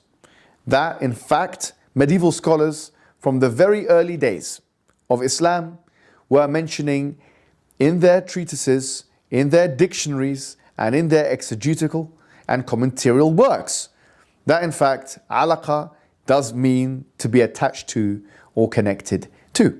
So I'll give you one or two examples. Ibn al-Jawzi, he says this, and he was a 6th century scholar. Al-Asfahani, who has a dictionary. So, now we got you. Guys, he said Al-Asfahani, he said that too. Aha! Shall we go to Al-Asfahani? Aman Rabbi Aman. If we go to Al-Asfahani, I mean, the funny is, the Muslims are taking the interpretation of the Quran and the meaning of the Arabic word from somebody, he is from Iran. He's a Persian. Al-Asfahani.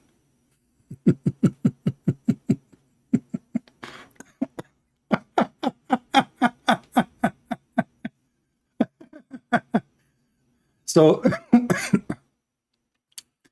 Al-Asfahani, brother, he said, brother, okay, I will go and see Al-Asfahani, what he said. Give me a second. What Al-Asfahani said? Let us see. I'm going to open the book of Al-Asfahani.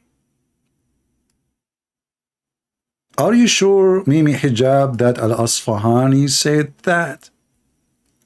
What if Al-Asfahani did not say that, and he said the opposite? I mean, how you are going to fix this scandal, potato? This is the book of Al-Asfahani. Mimi Hijab, I just whipped the floor with your face. This is Al-Asfahani, Gharib al-Quran. And by the way, the page before it, the one I showed you, which one?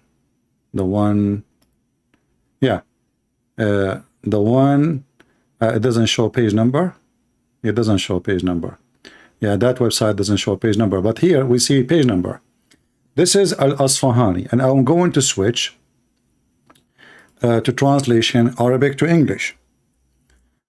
Remember, this coward, he is the one who just mentioned to us two references to prove his point.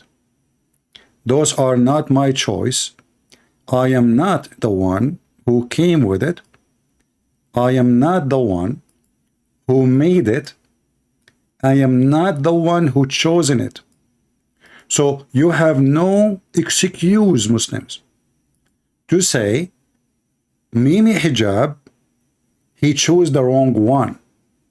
You make a video, you prepare for it to refute the errors in the Quran, and you mention that you are going to give us two examples of early scholars who they say that this does not mean dead blood and solid blood. And guess what? Both of them, they say so. Both of them, they say so. This is Al-Asfahani, value number 1, page number 343. 343. Let me sing it for you. Al-Asfahani, value number 1, page number 343. And not only that in one place, no, he repeat that. Al-Asfahani, value number 1, page number 579. Let us use Google Translation, peace be upon him.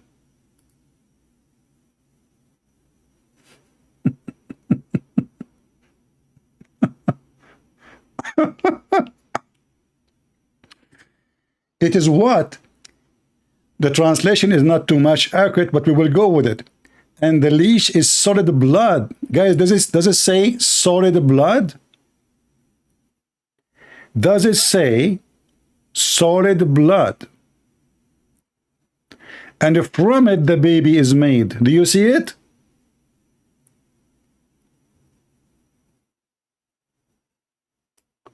This is one scholar. Now this is, let's say, Asfahani. Where is the Asfahani? Here we go. This is Asfahani here.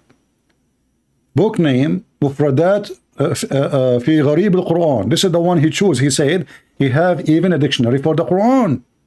So now we are in the dictionary which Mimi Hijab he mentioned. Value number 1, page number 343. That leash which is attached is a solid blood, which is where the baby is made from, and he's born from it. We will go to the page after just we finish here. Again, Mufradat Gharib al-Quran, the same book for Al-Asfahani. Part number 1, page number 579.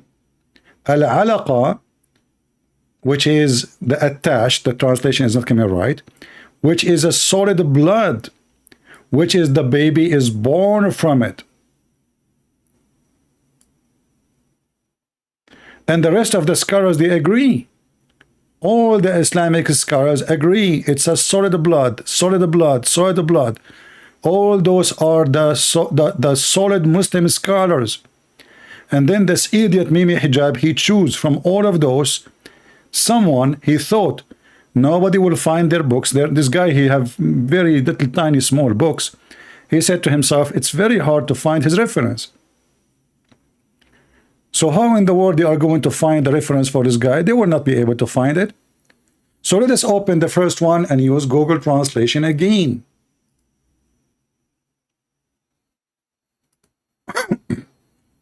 And we will share the link with you.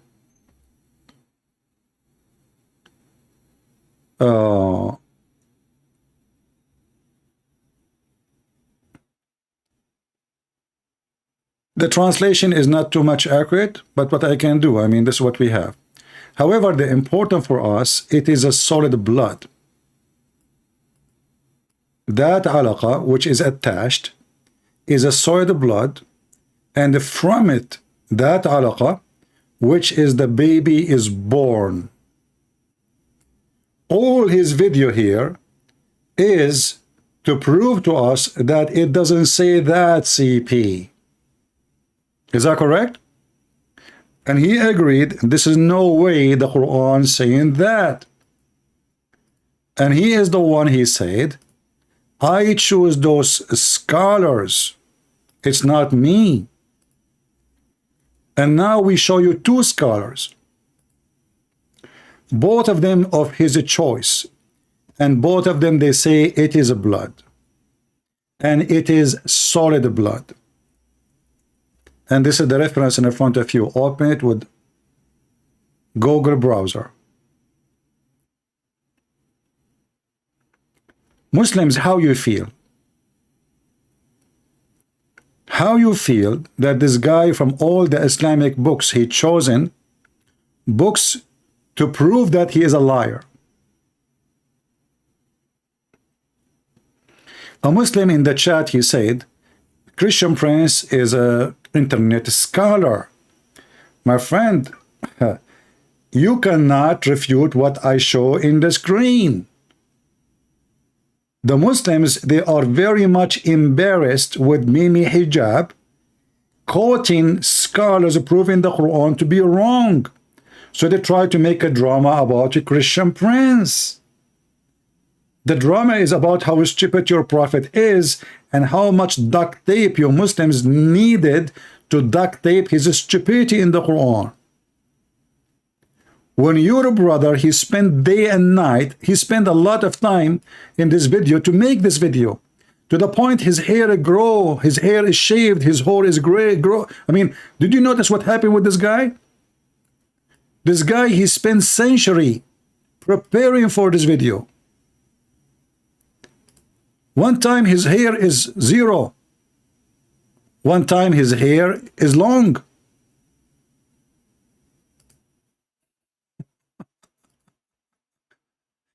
And this is what you come with, you idiot? You bring me reference saying the opposite of what you claim, proving the enemy of Islam to be right, that yes, the Quran says it's a dead blood. When he mentioned to us Ibn al-Jawzi, don't he knew that Ibn al-Jawzi, he say clearly that the word nutfa means semen? Don't he knew? So if this is after studying the case and the video is to refute the errors, if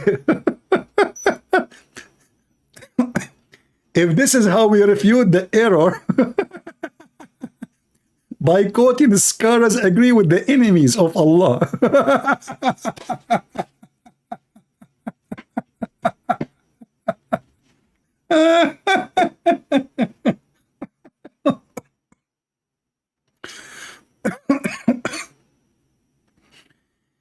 One day I will lose my breath laughing at this garbage religion. And actually, I didn't enjoy really being in YouTube. I didn't enjoy even having people here because most of them, they are fake. But I enjoy spanking the devil, Allah and his prophet with no mercy. My 5-finger print is all over the ass of Muhammad because of the help of Mimi Hijab and Lily Dawah. And be my witness, I am not the one who is giving them the spank. It is by their help. Because if I go and quote Ibn al-Jawzi myself, the Muslim, they say to me, how come you did not quote the other scholars? This guy, he made the video specifically to refute. And he chosen scholars agree supposedly with him. But the second we opened the books, we found they don't agree with him. They agree with the enemies of Islam. This will remind me of the donkey, the ketchup boy. You know, do you remember the video of the $5,000 to bring me the real Quran? Let me find it. Hold on. So just for Allah, for comedy.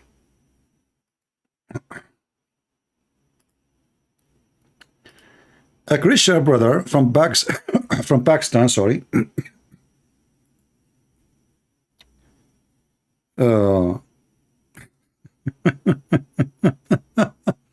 He offered $5,000 if you can show me the original Quran. Brother, I mean, who can do that? Let us be honest. I mean, you offer $1,000 to prove the Quran. Are you crazy? The Muslims have the proof.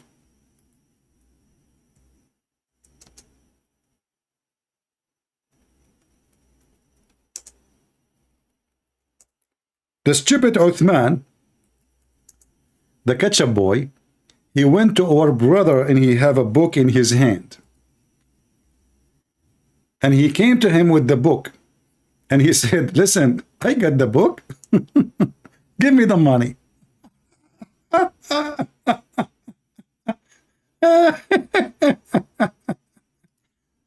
Oh boy.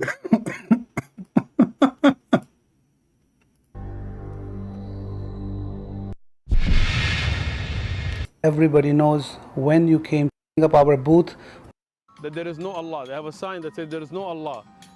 So, up in LA, Santa Monica, Hollywood, going down to Mexico, to Tijuana, and our da'wah is growing, alhamdulillah. And even yesterday, alhamdulillah, in San Diego, we had 2 people accept Islam. Agree, yeah. In Mexico, we had 4 people. In LA, in Taiwan too. But some of these cowards, the little mice that want to run around and say as if we're scared to be at Balboa Park, this is my park. I put it on the map. So alhamdulillah, we're here. He put it in the map. Whenever we're in San Diego, alhamdulillah, I'm going to come out to Balboa Park. I'm going to be giving da'wah out here. Sometimes I'm going to go to different locations in San Diego because our da'wah is growing. Sometimes we're going to go all over the world. We're not. Let us go to the book. Where is the book story? There we go. These cowards, you don't see anybody accepting the religion. You just see them trying to trick people into saying things and trying to make clips and baits, putting my picture in their thumbnails when I'm not even there. But I'm here. And we brought the books. You see, we brought the Mus'haf Uthman radiyallahu anhu, an entire scan. So these guys, we brought it. They're still not here. We're waiting for them. We brought. Remember, the challenge is if you can bring the original Quran.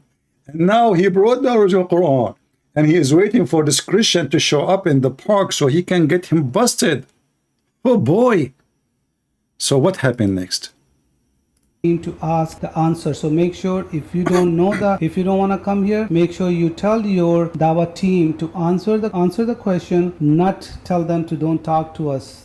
The cover, because been sitting every time I come, Before even we come there, you already have the team who's gonna record and everything. He got his team and they come to this Christian, tent, and now they want to get him busted because they have the original Quran. And look what happened. If it's not for view, money, or so why you have that one? Every time when you do, you have a recording, because you know what? You want to make money and you want to split out the Go to the topic. Go to the lie topic. of the Islam. Go to the topic. You don't want me to set up, but you look at that. You already have set up. See, Let us go to the topic. Where is the topic? Coward. Look at this coward, yeah. $5,000 to the Mus'haf of Uthman. All right. Here is, look at his desperation for views. Yeah. Here is the Mus'haf of Uthman. I have that one. I do have You don't have this, right? one. I do have You don't have this. one. I do have You don't have this. one. I do have You don't have this. Sheikh Uthman, you said I don't have that. Look at the surprise. See, you liar, big liar. This is the box. Here we go. And this is the one which you have been showing it. And that's a volume 2. Guys, the disaster is not this. He brought a book which is supposedly to prove that this is the original Quran. But this book inside, it says there is no way that this book is the original Quran of Uthman. The book itself. I mean, do you see why Mimi Hijab looks stupid and all of them look stupid? He brought a book. The challenge is who have the original book of Uthman.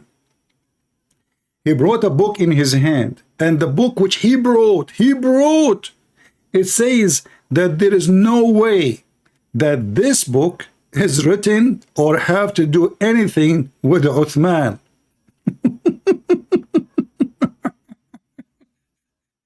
And this is what happened to Mimi Hijab today. He asked us to Ibn Jawzi, Al-Asfahani. We go there, we see both of them, they agree with us against him.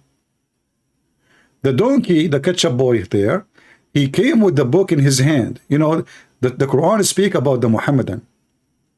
The Quran speak about Muhammadan who carry the Torah the same as donkey carry it.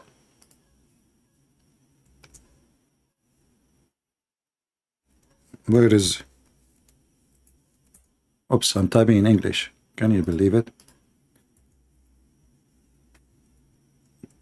I switched the language, still going to English.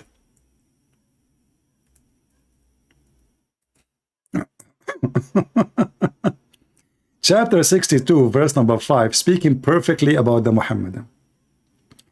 The example of those who they are interested with the Torah and did not take it on its like, that of the donkey who carry the volume of the book.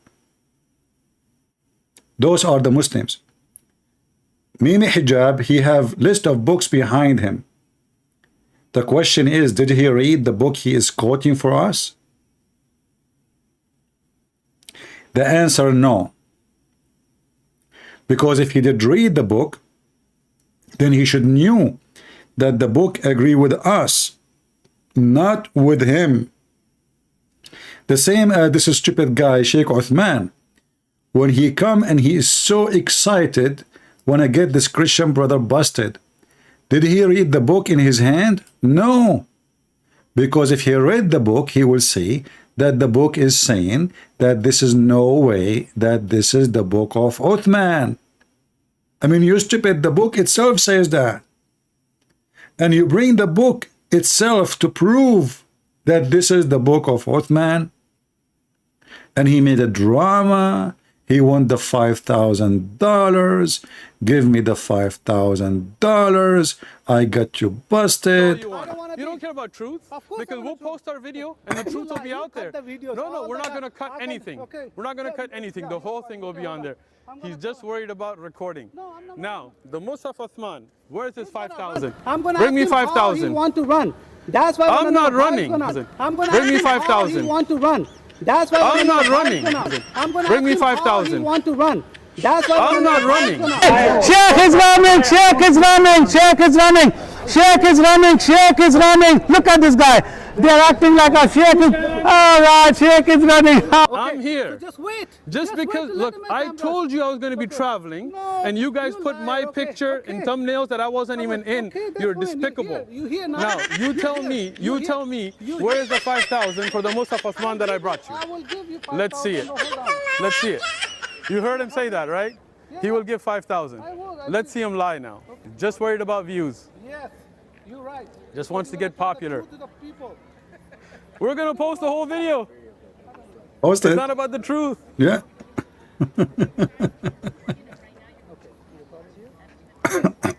You want a mic? Uthman is here. I told him to wait, and he doesn't want to wait. No, we don't go by his schedule. No, we go by. Yeah. Otherwise, don't talk to us. No problem. Okay. No. Lakum dinakum I waliyadin. do not want to talk to you right now. You see this? Let me running, running. No, I got things to do. He's saying, let me go and get the book and show you. You know, he said, you don't have the book. He said to him, let me show you, I have the book. Now we don't want him to go. However, the important is the book he have in his hand.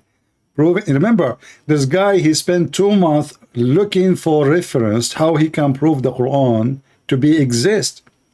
And then he got a book in his hand. And the book in his hand, it says, there's no way that this is the book of Uthman. Look at this all kid. They don't know anything about it now. Look, you bring those, you this is not the, listen, okay. All right, show me that. Don't touch it. Don't touch it. See, oh. Don't touch it. Don't touch it. You're Najis. He called him Najis. You see the filthy racist? He called him filthy. First that you said Don't you touch would it. give the Musaf Uthman radiallahu, the entire scan. All right. Okay. Let me.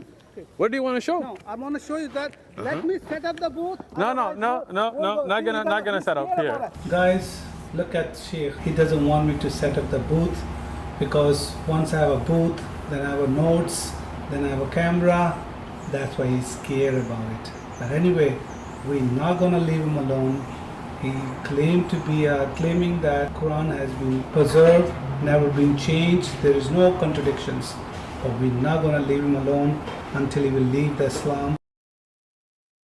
Anyway, let us escape the drama and see what it says there at the end. I don't know if in the same video he shows This is the Quran. AD and receive $5,000. Well, that's very tempting, as $5,000 is a lot of money. You can go to Saudi Arabia, you can go to Mecca, kiss the black stone so that your sins forgiven. You can go to Medina and then say hi to your dead prophet. You can do lots of things with $5,000.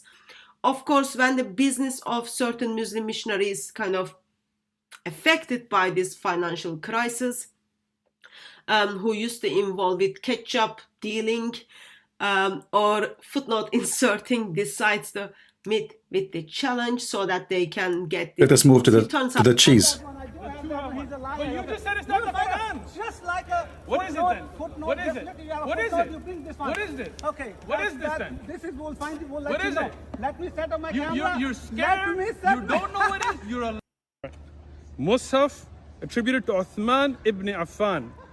Stupid, it says in the cover, this book attributed to Uthman ibn Affan, but he did not read anything behind the cover.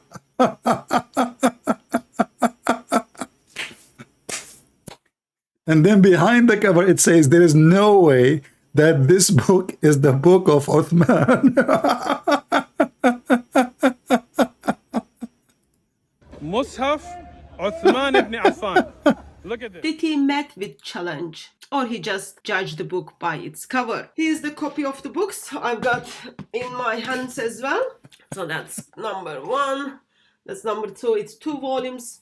As you can see, title states Al-Musaf al-Sharif, attribute to Uthman bin Affan, the copy of Al-Masad al-Husseini in Cairo. So Cairo manuscripts of the Quran, which is attribute to Uthman bin Affan. When you buy books, ideally you want to read them, which I did, and I am heart crushed because I'm just assuming Mr. Muslim hasn't read it. So when you read the book, you will see a couple of important things which should kind of help you to not make such a claims that this is the Quran of Uthman.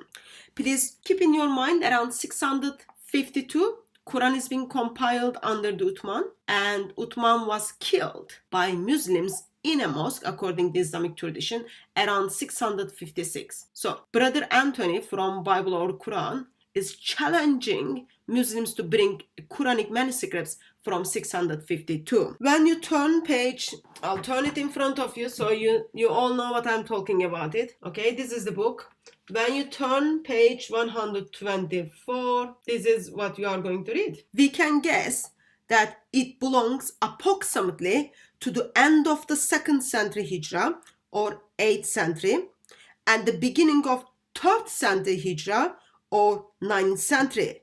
So, according to Muslims, Cairo manuscripts are belong to 8th century or 9th century.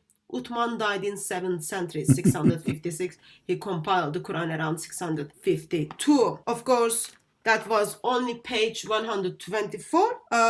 Bring your attention to page 122 here so that like no one kind of thinks I'm reading from something else. It is all here. Page 122 and 123 reads, our examination of the Musaf of Cairo showed that this was not one of the Musaf of Caliph Uthman. Let me understand that. Sometimes you don't understand, you know, that I'm in one of those moments. Our examination of the Musaf showed that it was not one of the Musaf of Caliph Uthman. Challenge was put, bring first Quran, Uthmani Quran, from the Quraysh manuscript 652. Yet, the book which was brought to the park in the intention, okay, I met with your challenge, that book in itself, in page 122, tells us this is not the Musaf of Uthman. Page 123, last sentence. It is obvious that it's not possible to say that Cairo Musaf was one of the Musafs attributed to the Caliph Uthman. It's obvious.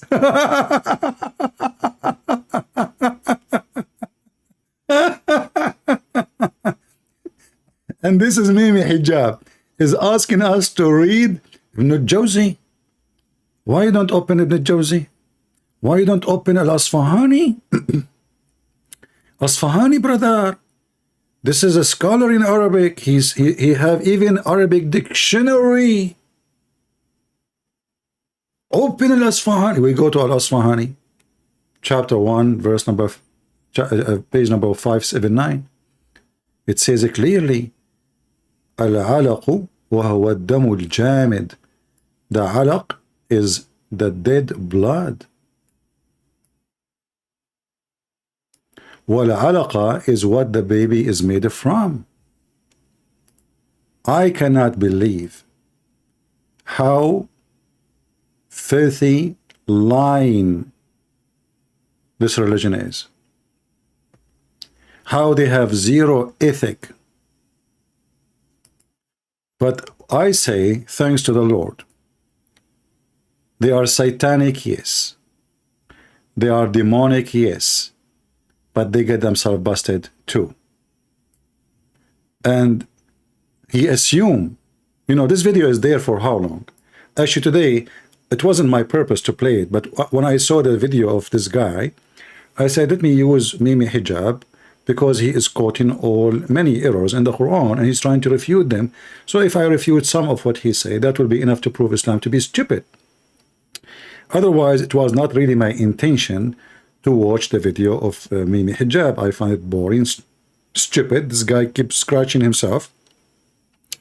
Very annoying when he talk, and he acts, you know, like he's so excited, suddenly he's so cold. You know, it's like a movie actor.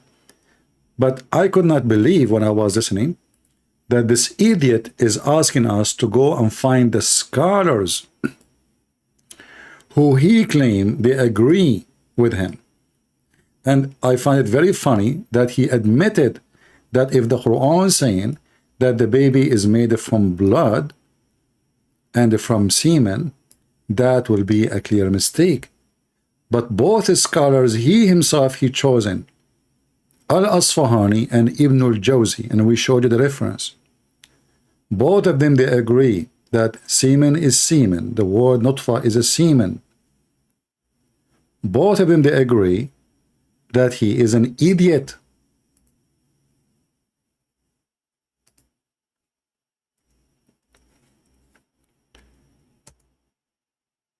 When somebody try to make it or fix it,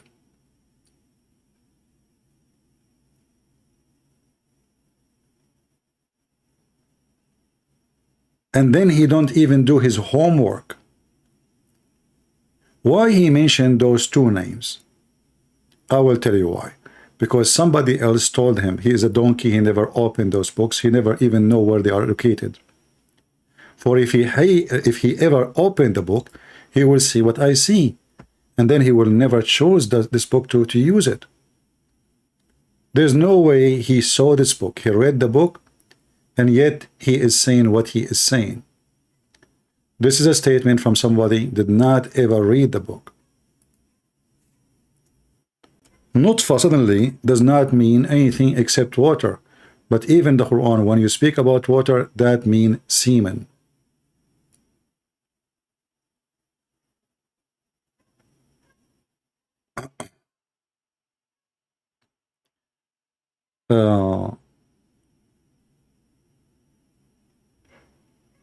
Let us see.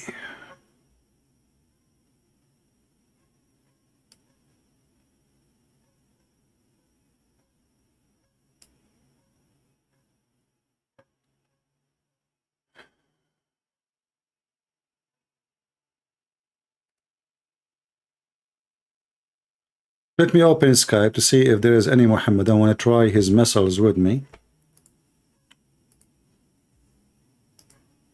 and explain why Muhammad Hijab, he made this scandal exposing his prophet. Do you think that Muhammad Hijab is working for us? Asking us to read books which is agreeing that Islam is stupid? Did he or he is doing that in purpose? Behind the scene, he is an anti-Muhammad. My Skype is open. If you are a Muslim, text me, please. I see nothing but Christians. If you are underage, never text me. I will not answer you. Somebody texts me saying, I'm a Christian, I'm 16 years old. Sorry, my friend, I will not contact you. You can post in the chat if you want. I don't speak to minors in private. I don't speak to Christians anyway. You want to call me, you can call me live on air when I say Christian can call, and you have to be adult, no 16 years old. I have a question. Did Muhammad forbid pork? Don't send me questions here in the stupid Skype, silly questions. Muhammad eat pork. Let us see. Until now, I see nobody really. No Muslims, only texts from funny Christians trying to disturb my work. This guy, he say he's a Muslim. Let us see, give him a call.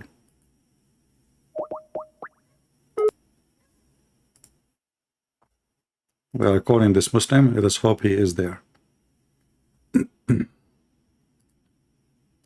Doesn't look like it, so we skip him.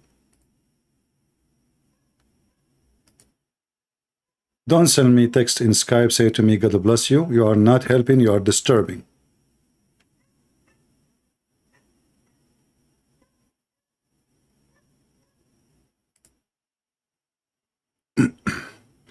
All right, look like we are, there's nobody in Skype. If you are a Muhammadan and you like to join us, please feel free, just text me in Skype and tell me, what do you think about this disaster Muhammad Hijab he just did? He just asked us to read scholars which agree with us. He was trying to defend the Quran, but he himself, he chosen Muslim scholars who they agree with the enemies of Islam. He claimed that those views are the views of the phobia people. You will find those claims in anti-Islamic website. And he asked us to read what scholars they say. And he chosen names for us. Understanding the hadith of date and poison. Let us see what this one's saying. Sound interesting. I like medical. All over the anti-Islamic apologetics type websites. Notice only anti-Islamic website they have their question. Muslim they have no questions because who dare to ask questions? They will chop his head. Anti-Islamic website. Okay, tell us, Mimi Hijab. And it's in their publications and their videos online, which is a hadith which says that the Prophet Muhammad sallallahu alaihi wasallam said, "Man tasabbaha bisab'a tamarat ajwa la yadurruhu summun wala sihr." That whoever wakes up and consumes 7 dates of ajwa kind, that poison will not afflict him, and sihr, which is magic, will not afflict him. And they say this is an unscientific type of hadith, because they say, how could it be the case when the chemical agents or properties within the dates, there's nothing within them that would indicate to us from a scientific perspective that they could be immunizing to things as chemically destructive as poison. So how can you understand this hadith, and doesn't this hadith fly in the face of 21st century scientific discovery? Now first, in order to answer this question, let's take a look at what some of the commentators of this hadith of all time have mentioned. So for example, Al-Khattabi, who is a scholar of the 4th century, died 388 AH, he says actually it's not because of a specific property within the date. He says there's nothing within the date that actually has that immunizing capacity. He says, "La li khasiyya fi tamr." It's not because of a specific characteristic or attribute in the date. وَإِنَّمَا is because of the da'wah of the Prophet Muhammad sallallahu alaihi wasallam, or the blessings of the da'wah of the Prophet Muhammad sallallahu alaihi wasallam. And many of the scholars have looked at this hadith in this kind of way. Ibn al-Qayyim said no, it's for a special time and a special place, and it's not applicable to us. Al-Qurtubi said it can only be seen to be applicable to us if it goes through the experimental method and succeeds, in the sense that we can actually prove that the dates are in fact immunizing to poison. And this shows us that the commentators of hadith had a very sober approach to science and hadith, and science and Quran. They understood that sometimes these are two separate areas of jurisdiction, if you like, and sometimes they have an overlap. Now, before we continue with this hadith, the opinion of Al-Khattabi, which says it's not a specific property in the date, seems to be well represented if we look at other hadiths, because there's another hadith which the Prophet Muhammad sallallahu alaihi wasallam, he told us in the what you call the evening supplications of Azkar al-Masa, which we should all be making, by the way, Azkar al-Sabah wal-Masa, beautiful supplications we should be making in the morning and the evening that will cause protection for us and so on. One of these words of protection is أعوذ بكلمات الله التامات من شر ما خلق. That I seek refuge with the perfect words of God from the evil from which He created. And the Prophet Muhammad sallallahu alaihi wasallam, he said about this, he said, whoever says this, لم يضره شيء. He said that whoever says this, nothing will afflict him or no harm will afflict him. Now wait a minute. If the date hadith was intended to be an immunization, a physical or chemical immunization, then how comes we find similar or even more generic types of terminology used in other hadith? If you think about this, this cannot mean it's a physical thing, because this is a supplication which doesn't necessitate any consumption of anything physical at all. So this hadith of the dates, from that perspective, it follows that it wouldn't be because of the properties of the date, but it's because of the ibadah or the worship of doing it. Can you believe it? People, can you believe it? This is because they worship. If this is because they worship, okay, we will go with you. So if you worship, you will not die by poison.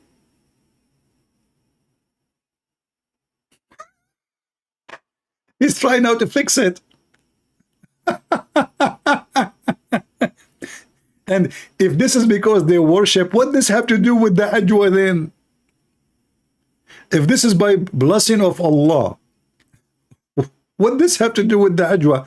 And not only that, just to show you how those Abduls are very poor in knowledge, and they are just a bunch of kids trying to duct tape the stupidity of their prophet.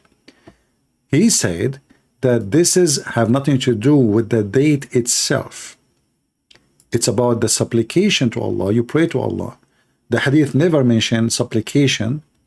The hadith mentioned ajwa, and not only that, he mentioned which ajwa. Let us go and see the hadith. Mimi Hijab, I will make your butt red for the coming century today. Now your duty, guys, is to copy the video, and when you download it, please cut it pieces, piece by piece, based on the topic, one by one. Don't make it so long.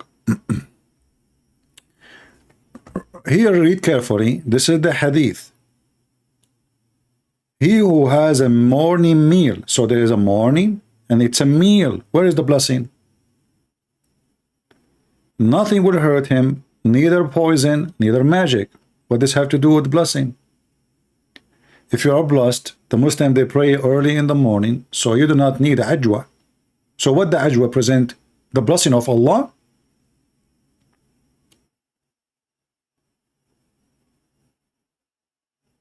As you see, nothing here about supplication or prayer.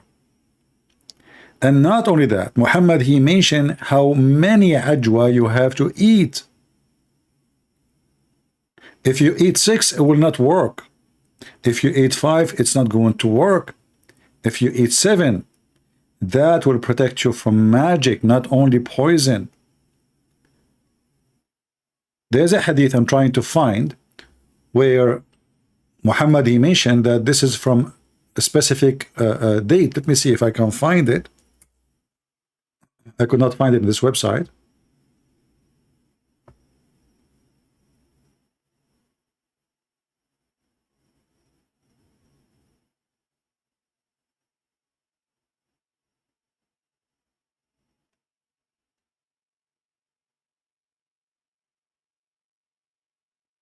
Let us see.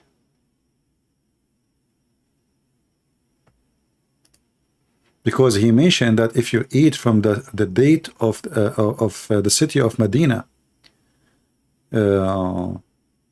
where we can find this hadith? Hold on, because I remember it very well.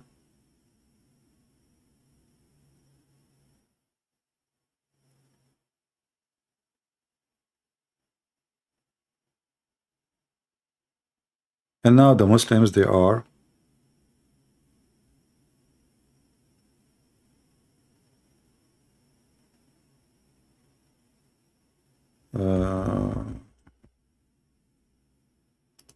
I cannot find it in this website. But anyway, what kind of excuse that this is a blessing from Allah? Same time, I will go with Mimi Hijab. He mentioned it's not have nothing to do with the structures of the date. So it's not the date is going to make the ajwa special. What is going to make the ajwa special is the blessing of Allah. I want to hear that again so we can love more. Which one it was? Let us see the ajwa, the ajwa. Ajwa. Here we go. 5422. It is number 22 in the video.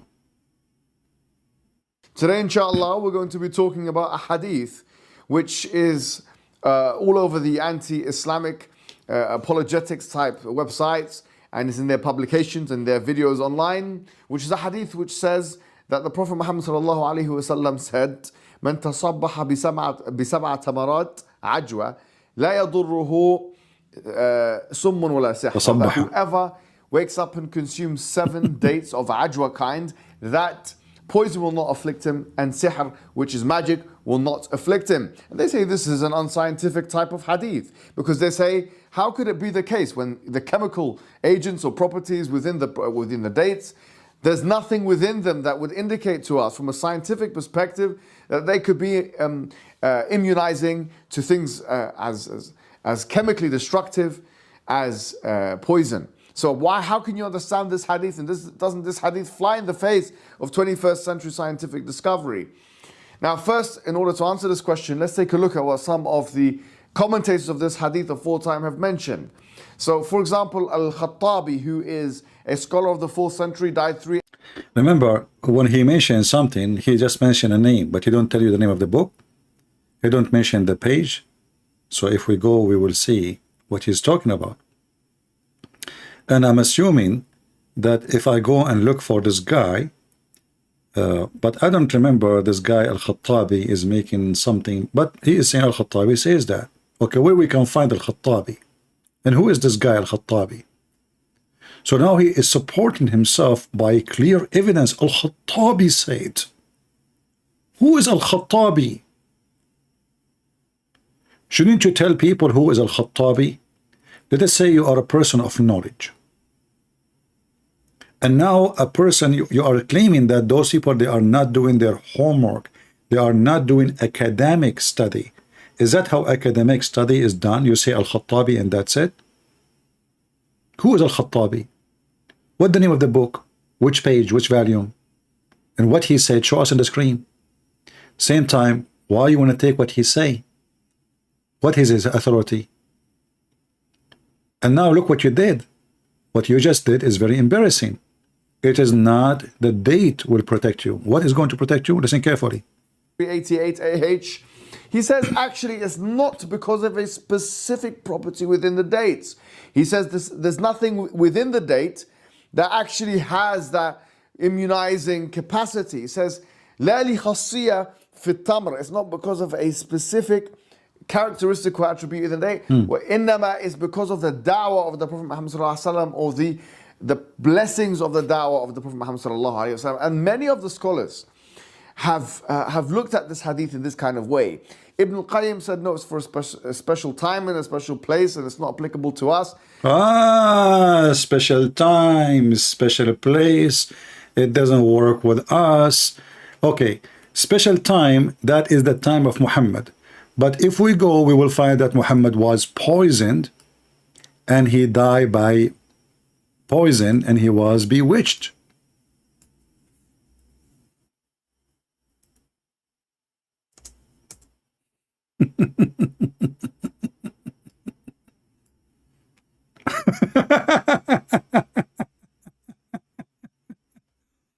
Listen carefully, brother. Ibn al-Qayyim, he said, that work only for a specific time and a specific place. Ajwa have to do with a specific time and a specific place. But the person who come with the advice himself, he was bewitched by magic, according to Muhammadan, to the point he is illusional. He don't know what he is doing, including his sex was fake. And he himself, he died literally by poison. So Ibn al-Qayyim, he said, it is only for a certain time, certain place. Is Muhammad included in the place on that and the time? If there is anyone in Islam is more blessed than Muhammad, is he himself the one who is giving you advice? He is not included in the advice. Do you see how stupid they are when they try to duct tape the stupidity of Muhammad? The one who is advising you to eat ajwa, he mentioned that there are 7. He did not mention that this is only for a certain time, certain place. So where you are getting this from? All of this is a solution for the stupidity. They notice the names of those who they are mentioning to you, those are not really early scholars, those are later scholars, who they are trying to defend Islam in the front of the Christians. So now, Muhammad, he said something proven to be false. How we are going to fight it back? We say it was a blessing. Only at that time, only in that place, only at that location. But even that will not help them, because it was the bad luck of Muhammad that he had both. He died by poison like a rat, and he was bewitched by black magic. So if that is about a blessing, as Mimi Hijab, he said, obviously Muhammad is not blessed. Do we agree, people? If this is a blessing, if this is the supplication of Muhammad making supplication supposedly, but nowhere in the hadith he is making supplication. He said whoever. You see, the hadith says whoever, not some. He did not even say a Muslim or a Christian.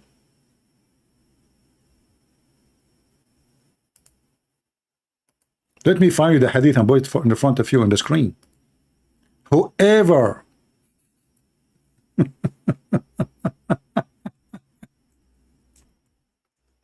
I mean, the stupidity is beyond the stupidity. Did he say Muslims? Did he say Christians? Did he say the blessed one? Did he say gender? No. He says, he who eat. He who, whatever he is. He who eats. Not he who I pray for. He who eat 7 ajwa date every morning. What does have to do with location and specific people and specific time? He who eats. It doesn't matter who is he. He who has a morning meal of 7 ajwa. He. Do you see anywhere it says the Prophet, he prayed to Allah and says, like, let them not to happen to them? The Prophet said, if somebody, anybody takes some ajwa, date every morning, he will not be afflicted by poison or magic. Do you see how the Muhammadan desperately trying to defend the duct tape prophet? Walmart is out of duct tape because of Islam. If somebody takes 7 ajwa, if somebody, not even a believer, suddenly it's about supplication, it's about a blessing from Allah, it's only certain time, certain people, blah, blah, blah, blah. What the heck is that? When I was with the Prophet come to visit me, and putting his hand between my nipples,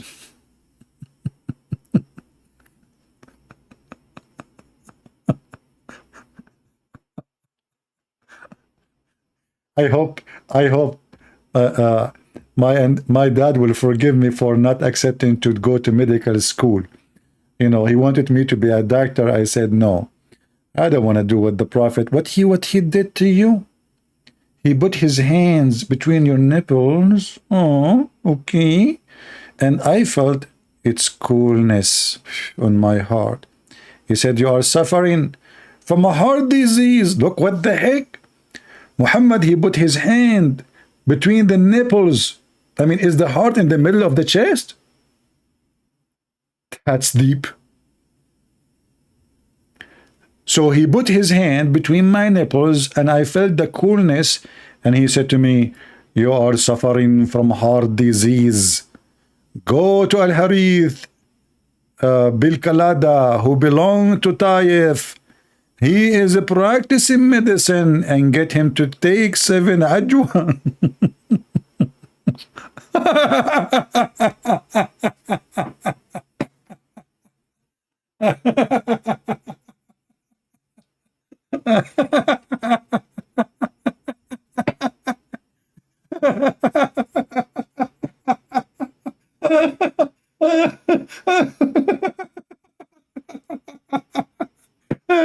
I cannot be.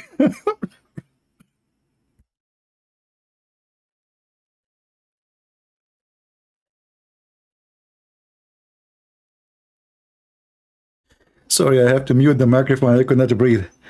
Oh boy. So the guy, he have heart problem. We give him 7 ajwa. And how the Prophet, he discovered that the guy, he have a heart problem.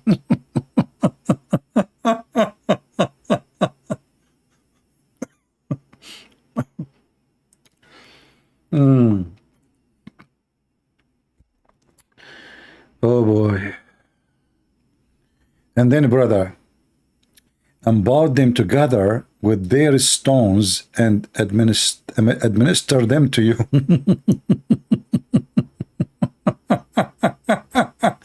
It's okay, brother. This was for that time.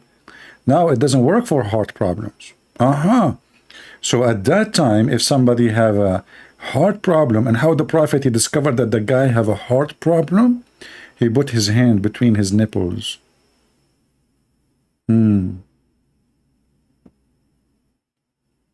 I hope doctors will not do that to women when you go to the hospital.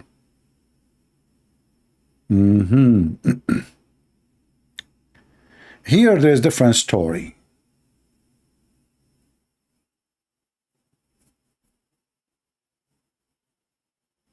But this is not really what we want now. Let us see. Yeah, this is, we are out of the Ajwa stories.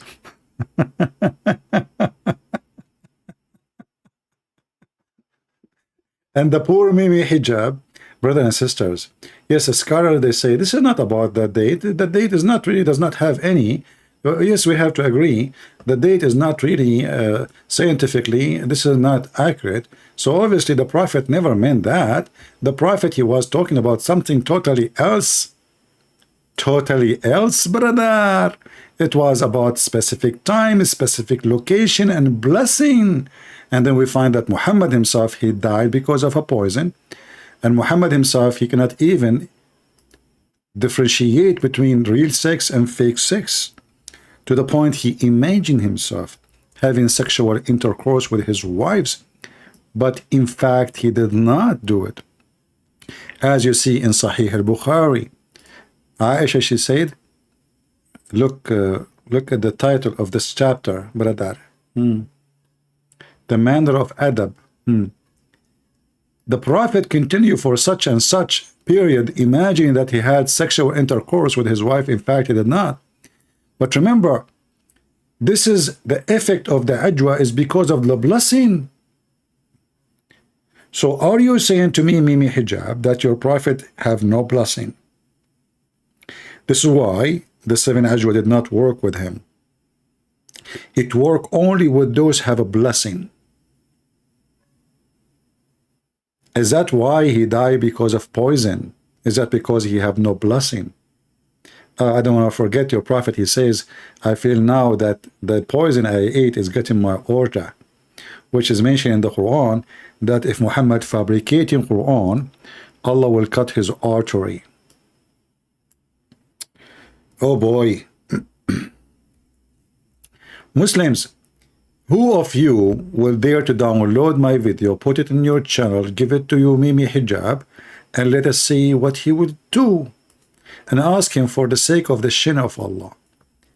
Are you stupid or what? Are you trying to fix it now?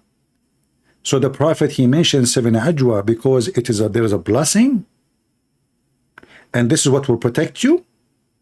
And then Muhammad, he died by poison, and he was infected by magic. True story. Let us see something else. If there's anything interesting for you guys.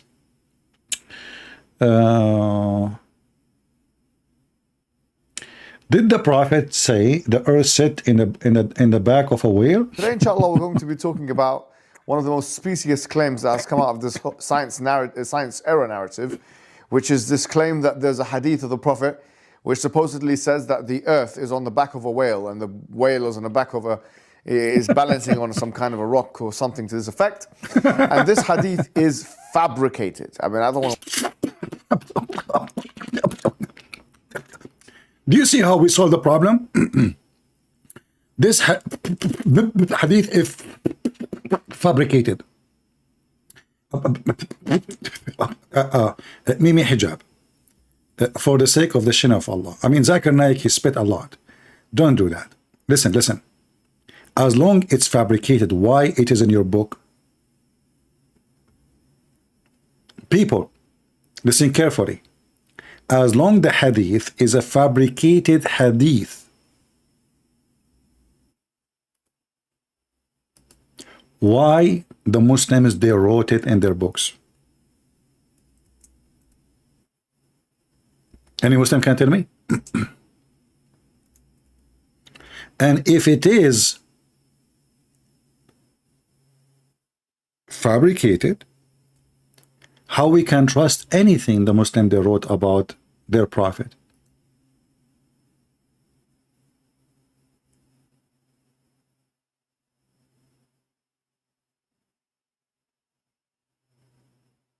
You know, guys, what I'm saying?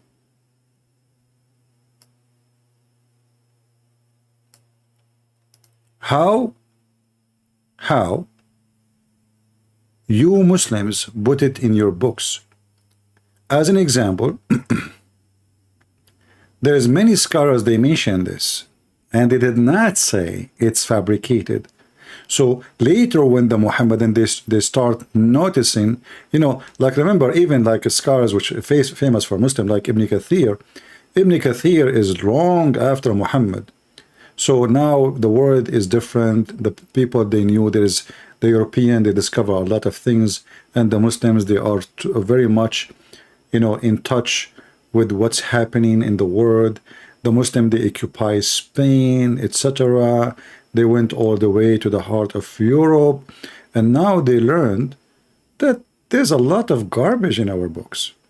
So now, from that era, not now, they start defending Islam by saying we don't accept those things no more. But if we go in the Quran, we will find that the earliest Islamic scholars, the earlier we go, the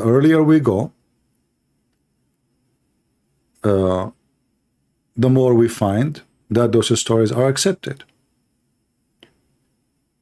How come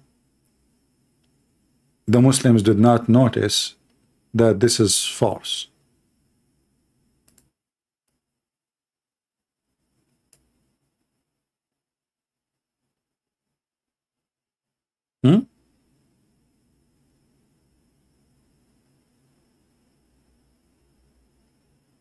Any Muhammadan want to help us? If we go right now to the tafsir.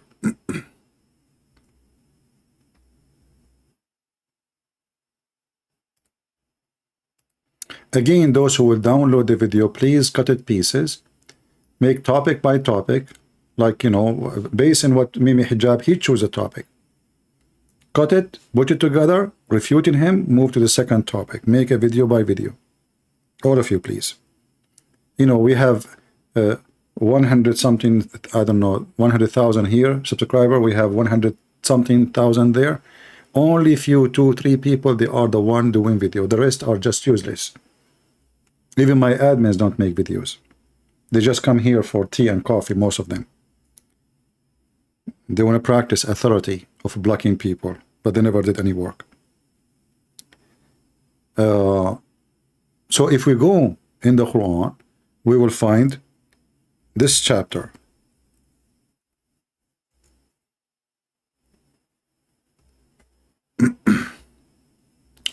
Chapter 68, verse number 1.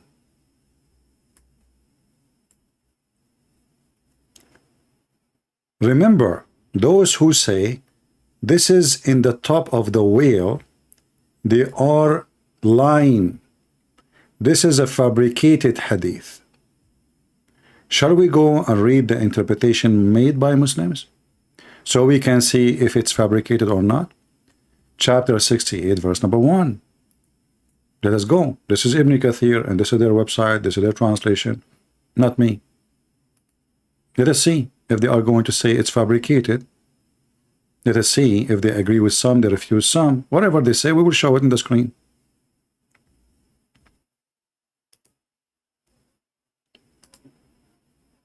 All right.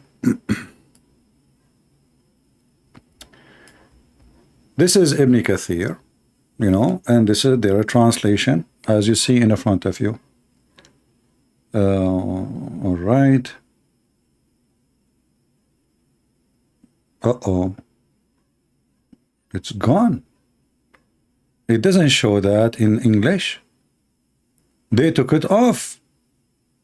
What the heck?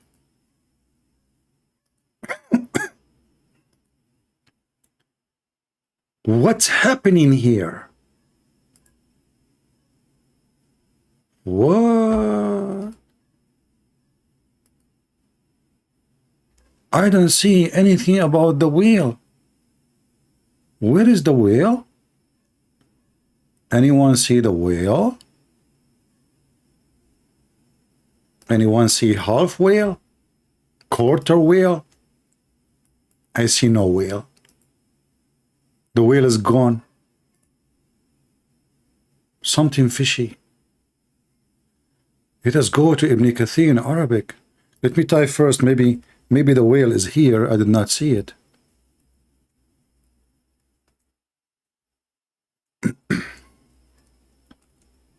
No whale. They took it off from the English, from the Arabic.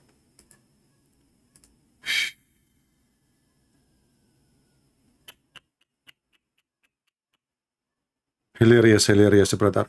Hilarious, hilarious. All right. Let us see. Let us open in Arabic. In the English, they took it off. Totally took it off. Literally took it off. Very decent people.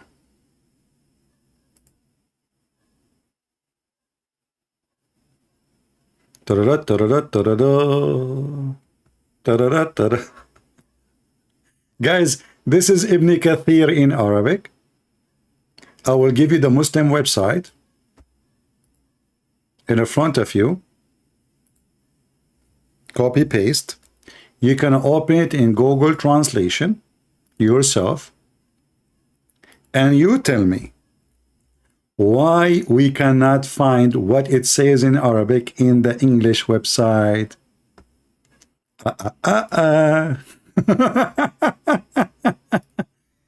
Guys, there's a dog far away is barking. Is the sound coming to you? Should I close my window? Are you annoyed by a sound of a dog? Let me know, please, if the sound is coming to you annoying.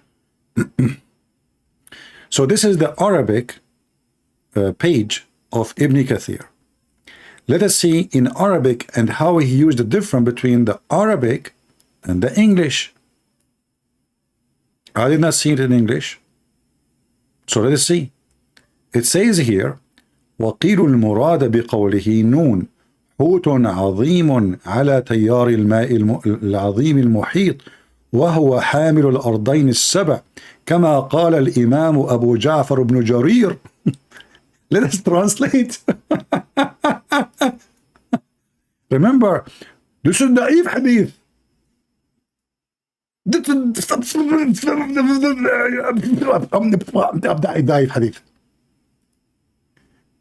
Ibn Kathir. This is their website. Ibn Kathir, as you see, Ibn Kathir, volume number 8, page number 184. Page 184. The interpretation, and it was said, what was meant by this saying, his saying, which means the Quran, noon, that are noon, is a great whale on the ocean, great stream of water, and it bears the seven earth, as Imam Abu Ja'far ibn Jurayr, he said, and Ibn Bashar.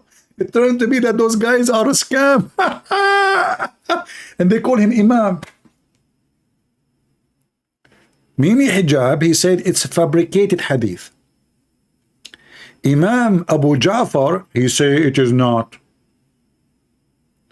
Ibn Bashar, he says it is not fabricated. Mimi Hijab, with his long hair, he said it is fabricated. Which one you will believe? I mean, let us be honest here. Mimi Hijab, especially when he acted and he jumped behind the screen. And Ibn Abbas, we are getting now deep. Ibn Abbas is the cousin of Muhammad, and he is the one who Muhammad only prayed to Allah to make him able to explain the Quran. He named him actually as the ink of the nation of Islam, Ibn Abbas. Look what Ibn Abbas said. Things is getting complicated. Ibn Abbas said, first thing God created was the pen. Makes sense. Allah is very educated. He have educated the Prophet. He is illiterate, yes, but still he can use the pen to draw a donkey. He said, write. He said, what I should write, Allah? He said, write down the fate so it happened before the day, from the day until the day of the hour. Then he created noon. Man, that's things is getting exciting. What the heck is this noon? Guys, is the text coming clear to you? You can see it? Is the text clear? See, people, they are not inviting people. We don't even have 1,000 people watching. You guys are not inviting. You're just useless. Potatoes. Shame on you. May Allah curse you all. Look what happened to me. Allah cursed me. I don't even have a mirror at home. I don't dare to see myself. I'm scary. Allah cursed me, man. I know. There's a guy actually, he made fun of the miswak. So he put a miswak in his anus. Guess what Allah did to him, brother? He made him deliver a baby after 7 months. Yes, brother, yes. He's a man. He put the miswak in his anus, making fun of Allah. 7 months after, he gave a baby. Guess what? The baby looked like a rat. He have ears of a pig. He have a face of a rabbit. He have a tail of a rat. Unbelievable. True story. So aren't you afraid that Allah will do that to you too? Invite your friends so they can watch the science of Allah. So the first thing Allah created, he created the pen. He said, what I should write? He said to him, write whatever you mean, the fate of people. And then he says, create the noon. Okay. Then, and raised the water vapor. Aha. So the sky opened from it. That's deep. And the earth was spread out on the back of the noon. Noon is the whale. Remember that, okay? Just go back. The noon is the whale. So now the earth is in the top and the back of the noon. So noon stirred up, and the earth swayed, and it was fixed to the mountains. Now I know why the earth is not moving in the top of the whale. We have the mountains. For they are proud in the earth. Okay, oh, okay. The mountains are proud. This is why they are high. Why they are high? Because they are so proud. Are you kidding me? Yeah. So, Mimi, and look, we cannot find a single word in the English translation. Can you believe it? They took it all off. There's no whale. There's no earth. There's no pen. There's nothing. It's gone. Mysteriously. What happened?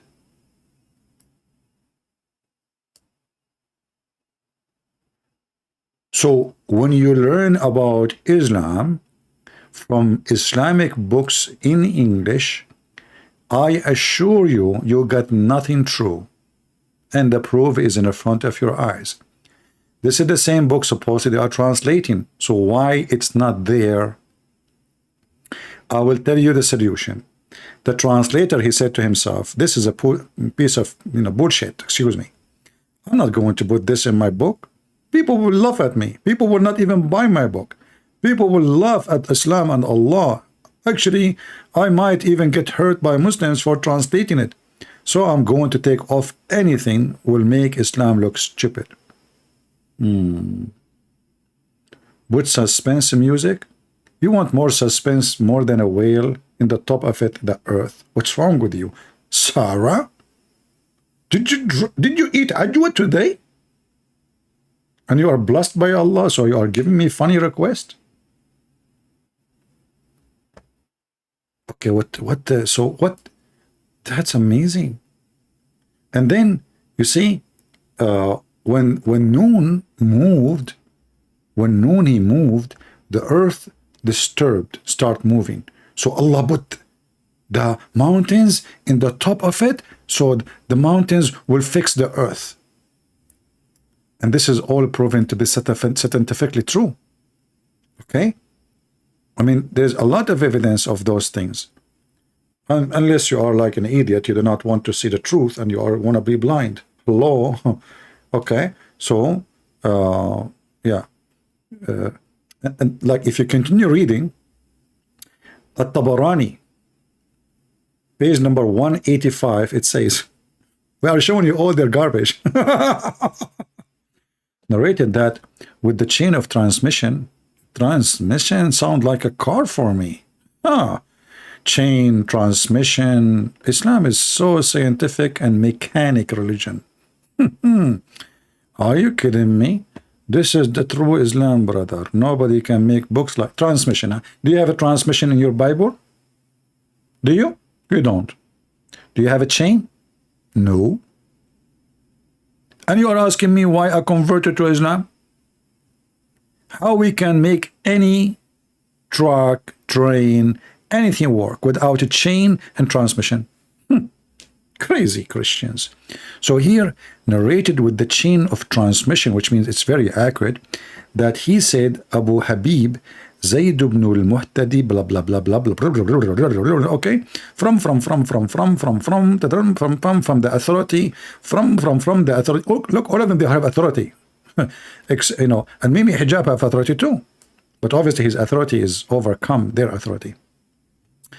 From the authority of Ibn Abbas, he said that the Messenger of Allah, may Allah pray for him, and whatever, he said the first thing Allah created was the pen and the whale, which makes sense. I mean, the whale is long, the pen is long, especially though this is the pen of Allah. The pen of Allah is so long. Imagine how big the hand of Allah. I mean, just think about it. So he said to the pen, write. He said, what I should write? He said, everything will be until the day of resurrection. Then he read, noon and the pen, and write that. Okay, so here he wrote that, and then what happened after that, brother? The translation here is actually not coming accurate. It says after he wrote that, he created the noon, you know, he created the noon. Translation is not coming right. And he put the earth in the top of noon. He pressure the earth in the top of noon. I don't know why translation is not showing right. You see in Arabic here. Okay, hold on. Here it says, yeah, he pressured the earth, sorry. He pressured the earth. After he created the whale, he pressed the earth in the top of it, which makes sense. Yeah, I mean, you know, yeah. All right, we did not skip that. What else? What else?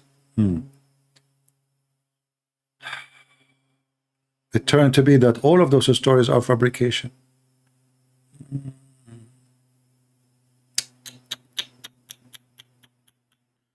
And actually here there's a hadith the same about if the woman she have orgasm first, the baby will be a girl. If the man have orgasm, the baby will be a boy. Actually, this is in the hadith too, which is sahih.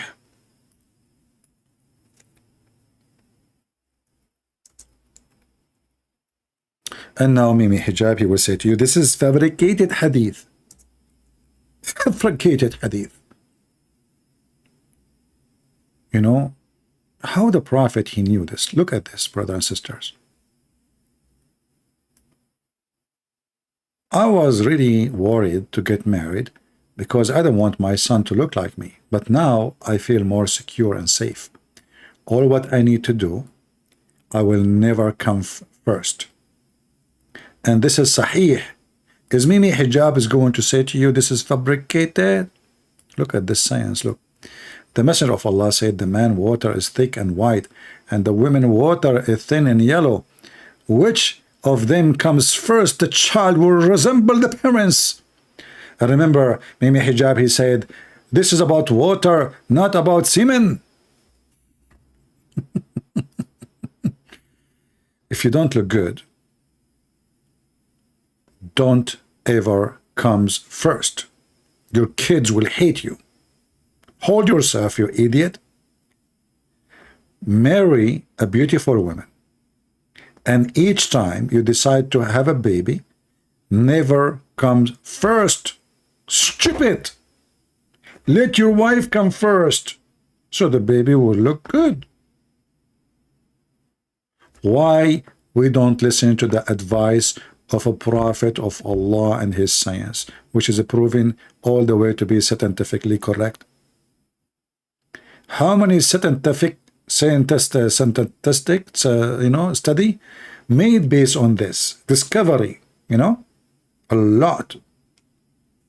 Actually, I believe that Joe Biden, when his father having orgasm, I think what happened, the reason for the defect, that both of them did not have orgasm. It was electric shot. Like and this guy, he's born, he don't remember his name, he don't know what he's to go. He left the Korean president on the stage, he want to go downstairs, he don't know where is the exit, he forgot. I mean, obviously, we knew now what's happening. Be careful. Who comes first will decide how the baby look like. Look at you, all of you, how you look like. Yeah, look. Yeah, women, they start putting makeup. Yeah. Look without, okay, hello. And don't use those Photoshop in the Chinese or Korean phones. All of you look so pretty and something, you know the thing. Hello.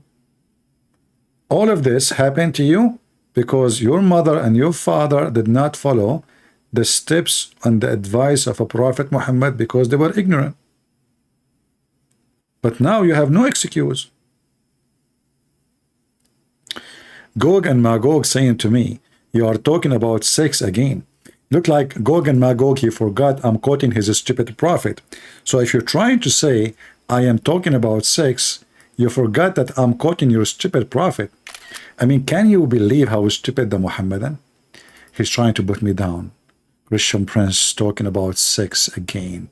You're stupid. It's your Mimi Hijab talking about how the baby is made, how the embryo, the semen, the sperm, blah, blah, blah, blah. And you are telling me, Christian Prince is talking about sex again. Okay, this is the Christian Prince. Why Christian Prince, he talk about sex again? It must be something wrong with the Christian Prince. He keep talking, and you know what? He quote my prophet. How come when I quote Jesus, I don't talk about sex again? When I quote your prophet, I have to go back to sex. Oh, hold on. Listen, I got upset from you. I'm going to listen to your prophet advice and use his sentence, so you will not be offended. Go and bite the penis of your father. Would you? Oh, what offensive, disgusting. Your prophet says that. Am I talking about sex again? Look how sensitive the Muhammadan are. They chop your head, they stone you, they cut your hand, they cut your tongue, they burn you alive, they burn churches, they take over your country, they put you into slavery, but they are very sensitive. Please don't talk about sex. But the women go to the prophet holding her vagina with her hand, asking the prophet if she should wash her vagina. You know what? The prophet, he have an open vagina clinic for free. But if a Muslim come for advice, you have to pay, as the Quran said. If a woman, she have a question about vagina, the prophet, his door is open. Bring her. What happened to your vagina? Tell me. You saw a wet dream. Can you tell me the details? Shall we go back to Mimi Hijab? Or enough, guys, today? Is it enough? Maybe we should continue some other time, because his video is priceless. I don't know why I did not play his video a long time ago. Okay. I think we should continue some, like maybe next time, with more stuff. Look, this guy, he lists for me a lot of topic. Unbelievable. Look, a lot of work, brother. Does the arsenal reproduction undermine the Quran? That's deep. That's something. Okay, does the Quran get the definition of cattle wrong? No way. Are you kidding me? Oh boy. Does the Quran get the embryo, bone and flesh formation wrong? Absolutely not. Does the Quran say the sky solid object? Oh no, no way. Understanding the height of the date, we covered this one. Did the prophet say the earth sit in the back of a whale? No, he did not say that. You Muslim says that, right? Huh? Understanding the hadith referring to camel urine as medicine? We cannot miss this one. What? Understanding. Look. And you see how beautiful the way they present Islam. Understanding the hadith referring to the camel urine as medicine. You know, the Muhammadan, they claim that they are following the teaching of the God of Moses. How? Right away they say to you, well, we forbid eating pork, but you eat camel and you drink their piss. The camel is forbidden in the Torah. So not only you eat the camel, you decided to use it as a Pepsi Cola. After eating the camel, you take a hop from the penis. Actually, if I go right now and search on YouTube, you will see Muslims drinking literally hot, fresh pee of the camel, holding his penis, forcing him to pee in their cup, their beer cup. So how you are following the teaching of the God of Moses, but you eat camel and you drink the piss of the camel?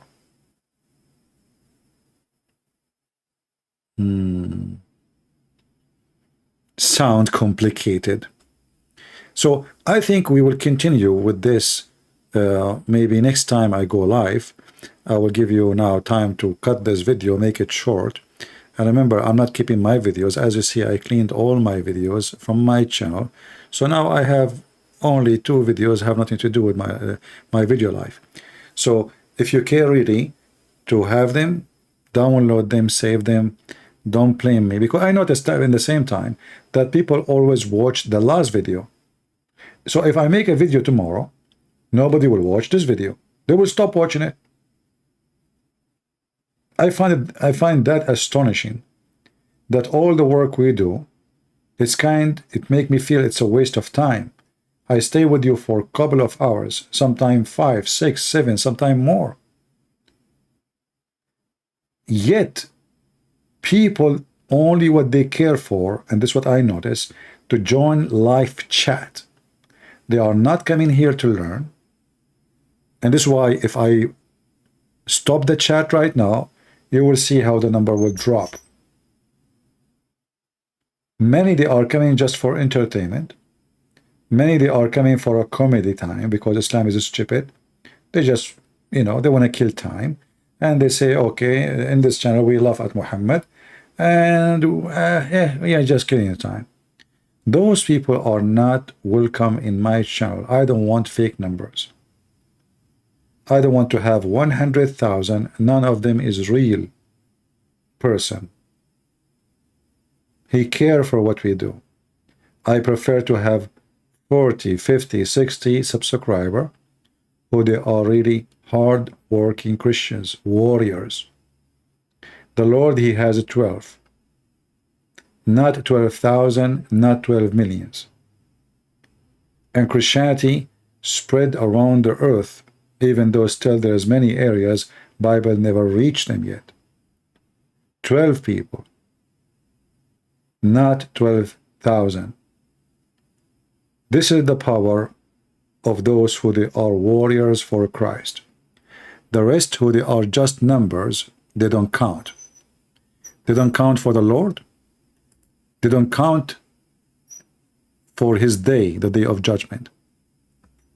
This is why I insist always to say to you, the Bible says clearly, from their fruits you shall know them. From their fruits you shall know them. And those who they are claiming to be Christian and they have no fruit, the Lord don't know them. And I don't know them too. We do commit sin every day, and I am not better than you.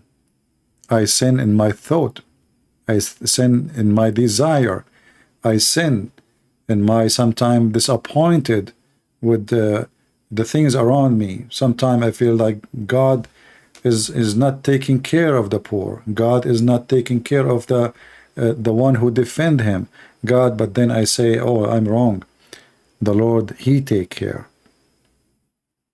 But we have too much pain, and then we have to release the pain by blaming him. But he is not the one really causing the pain. So we pray that the true Christians will stand up and defend the faith, and they will become warriors for Christ.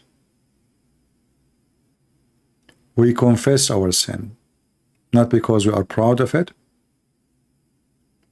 but because we are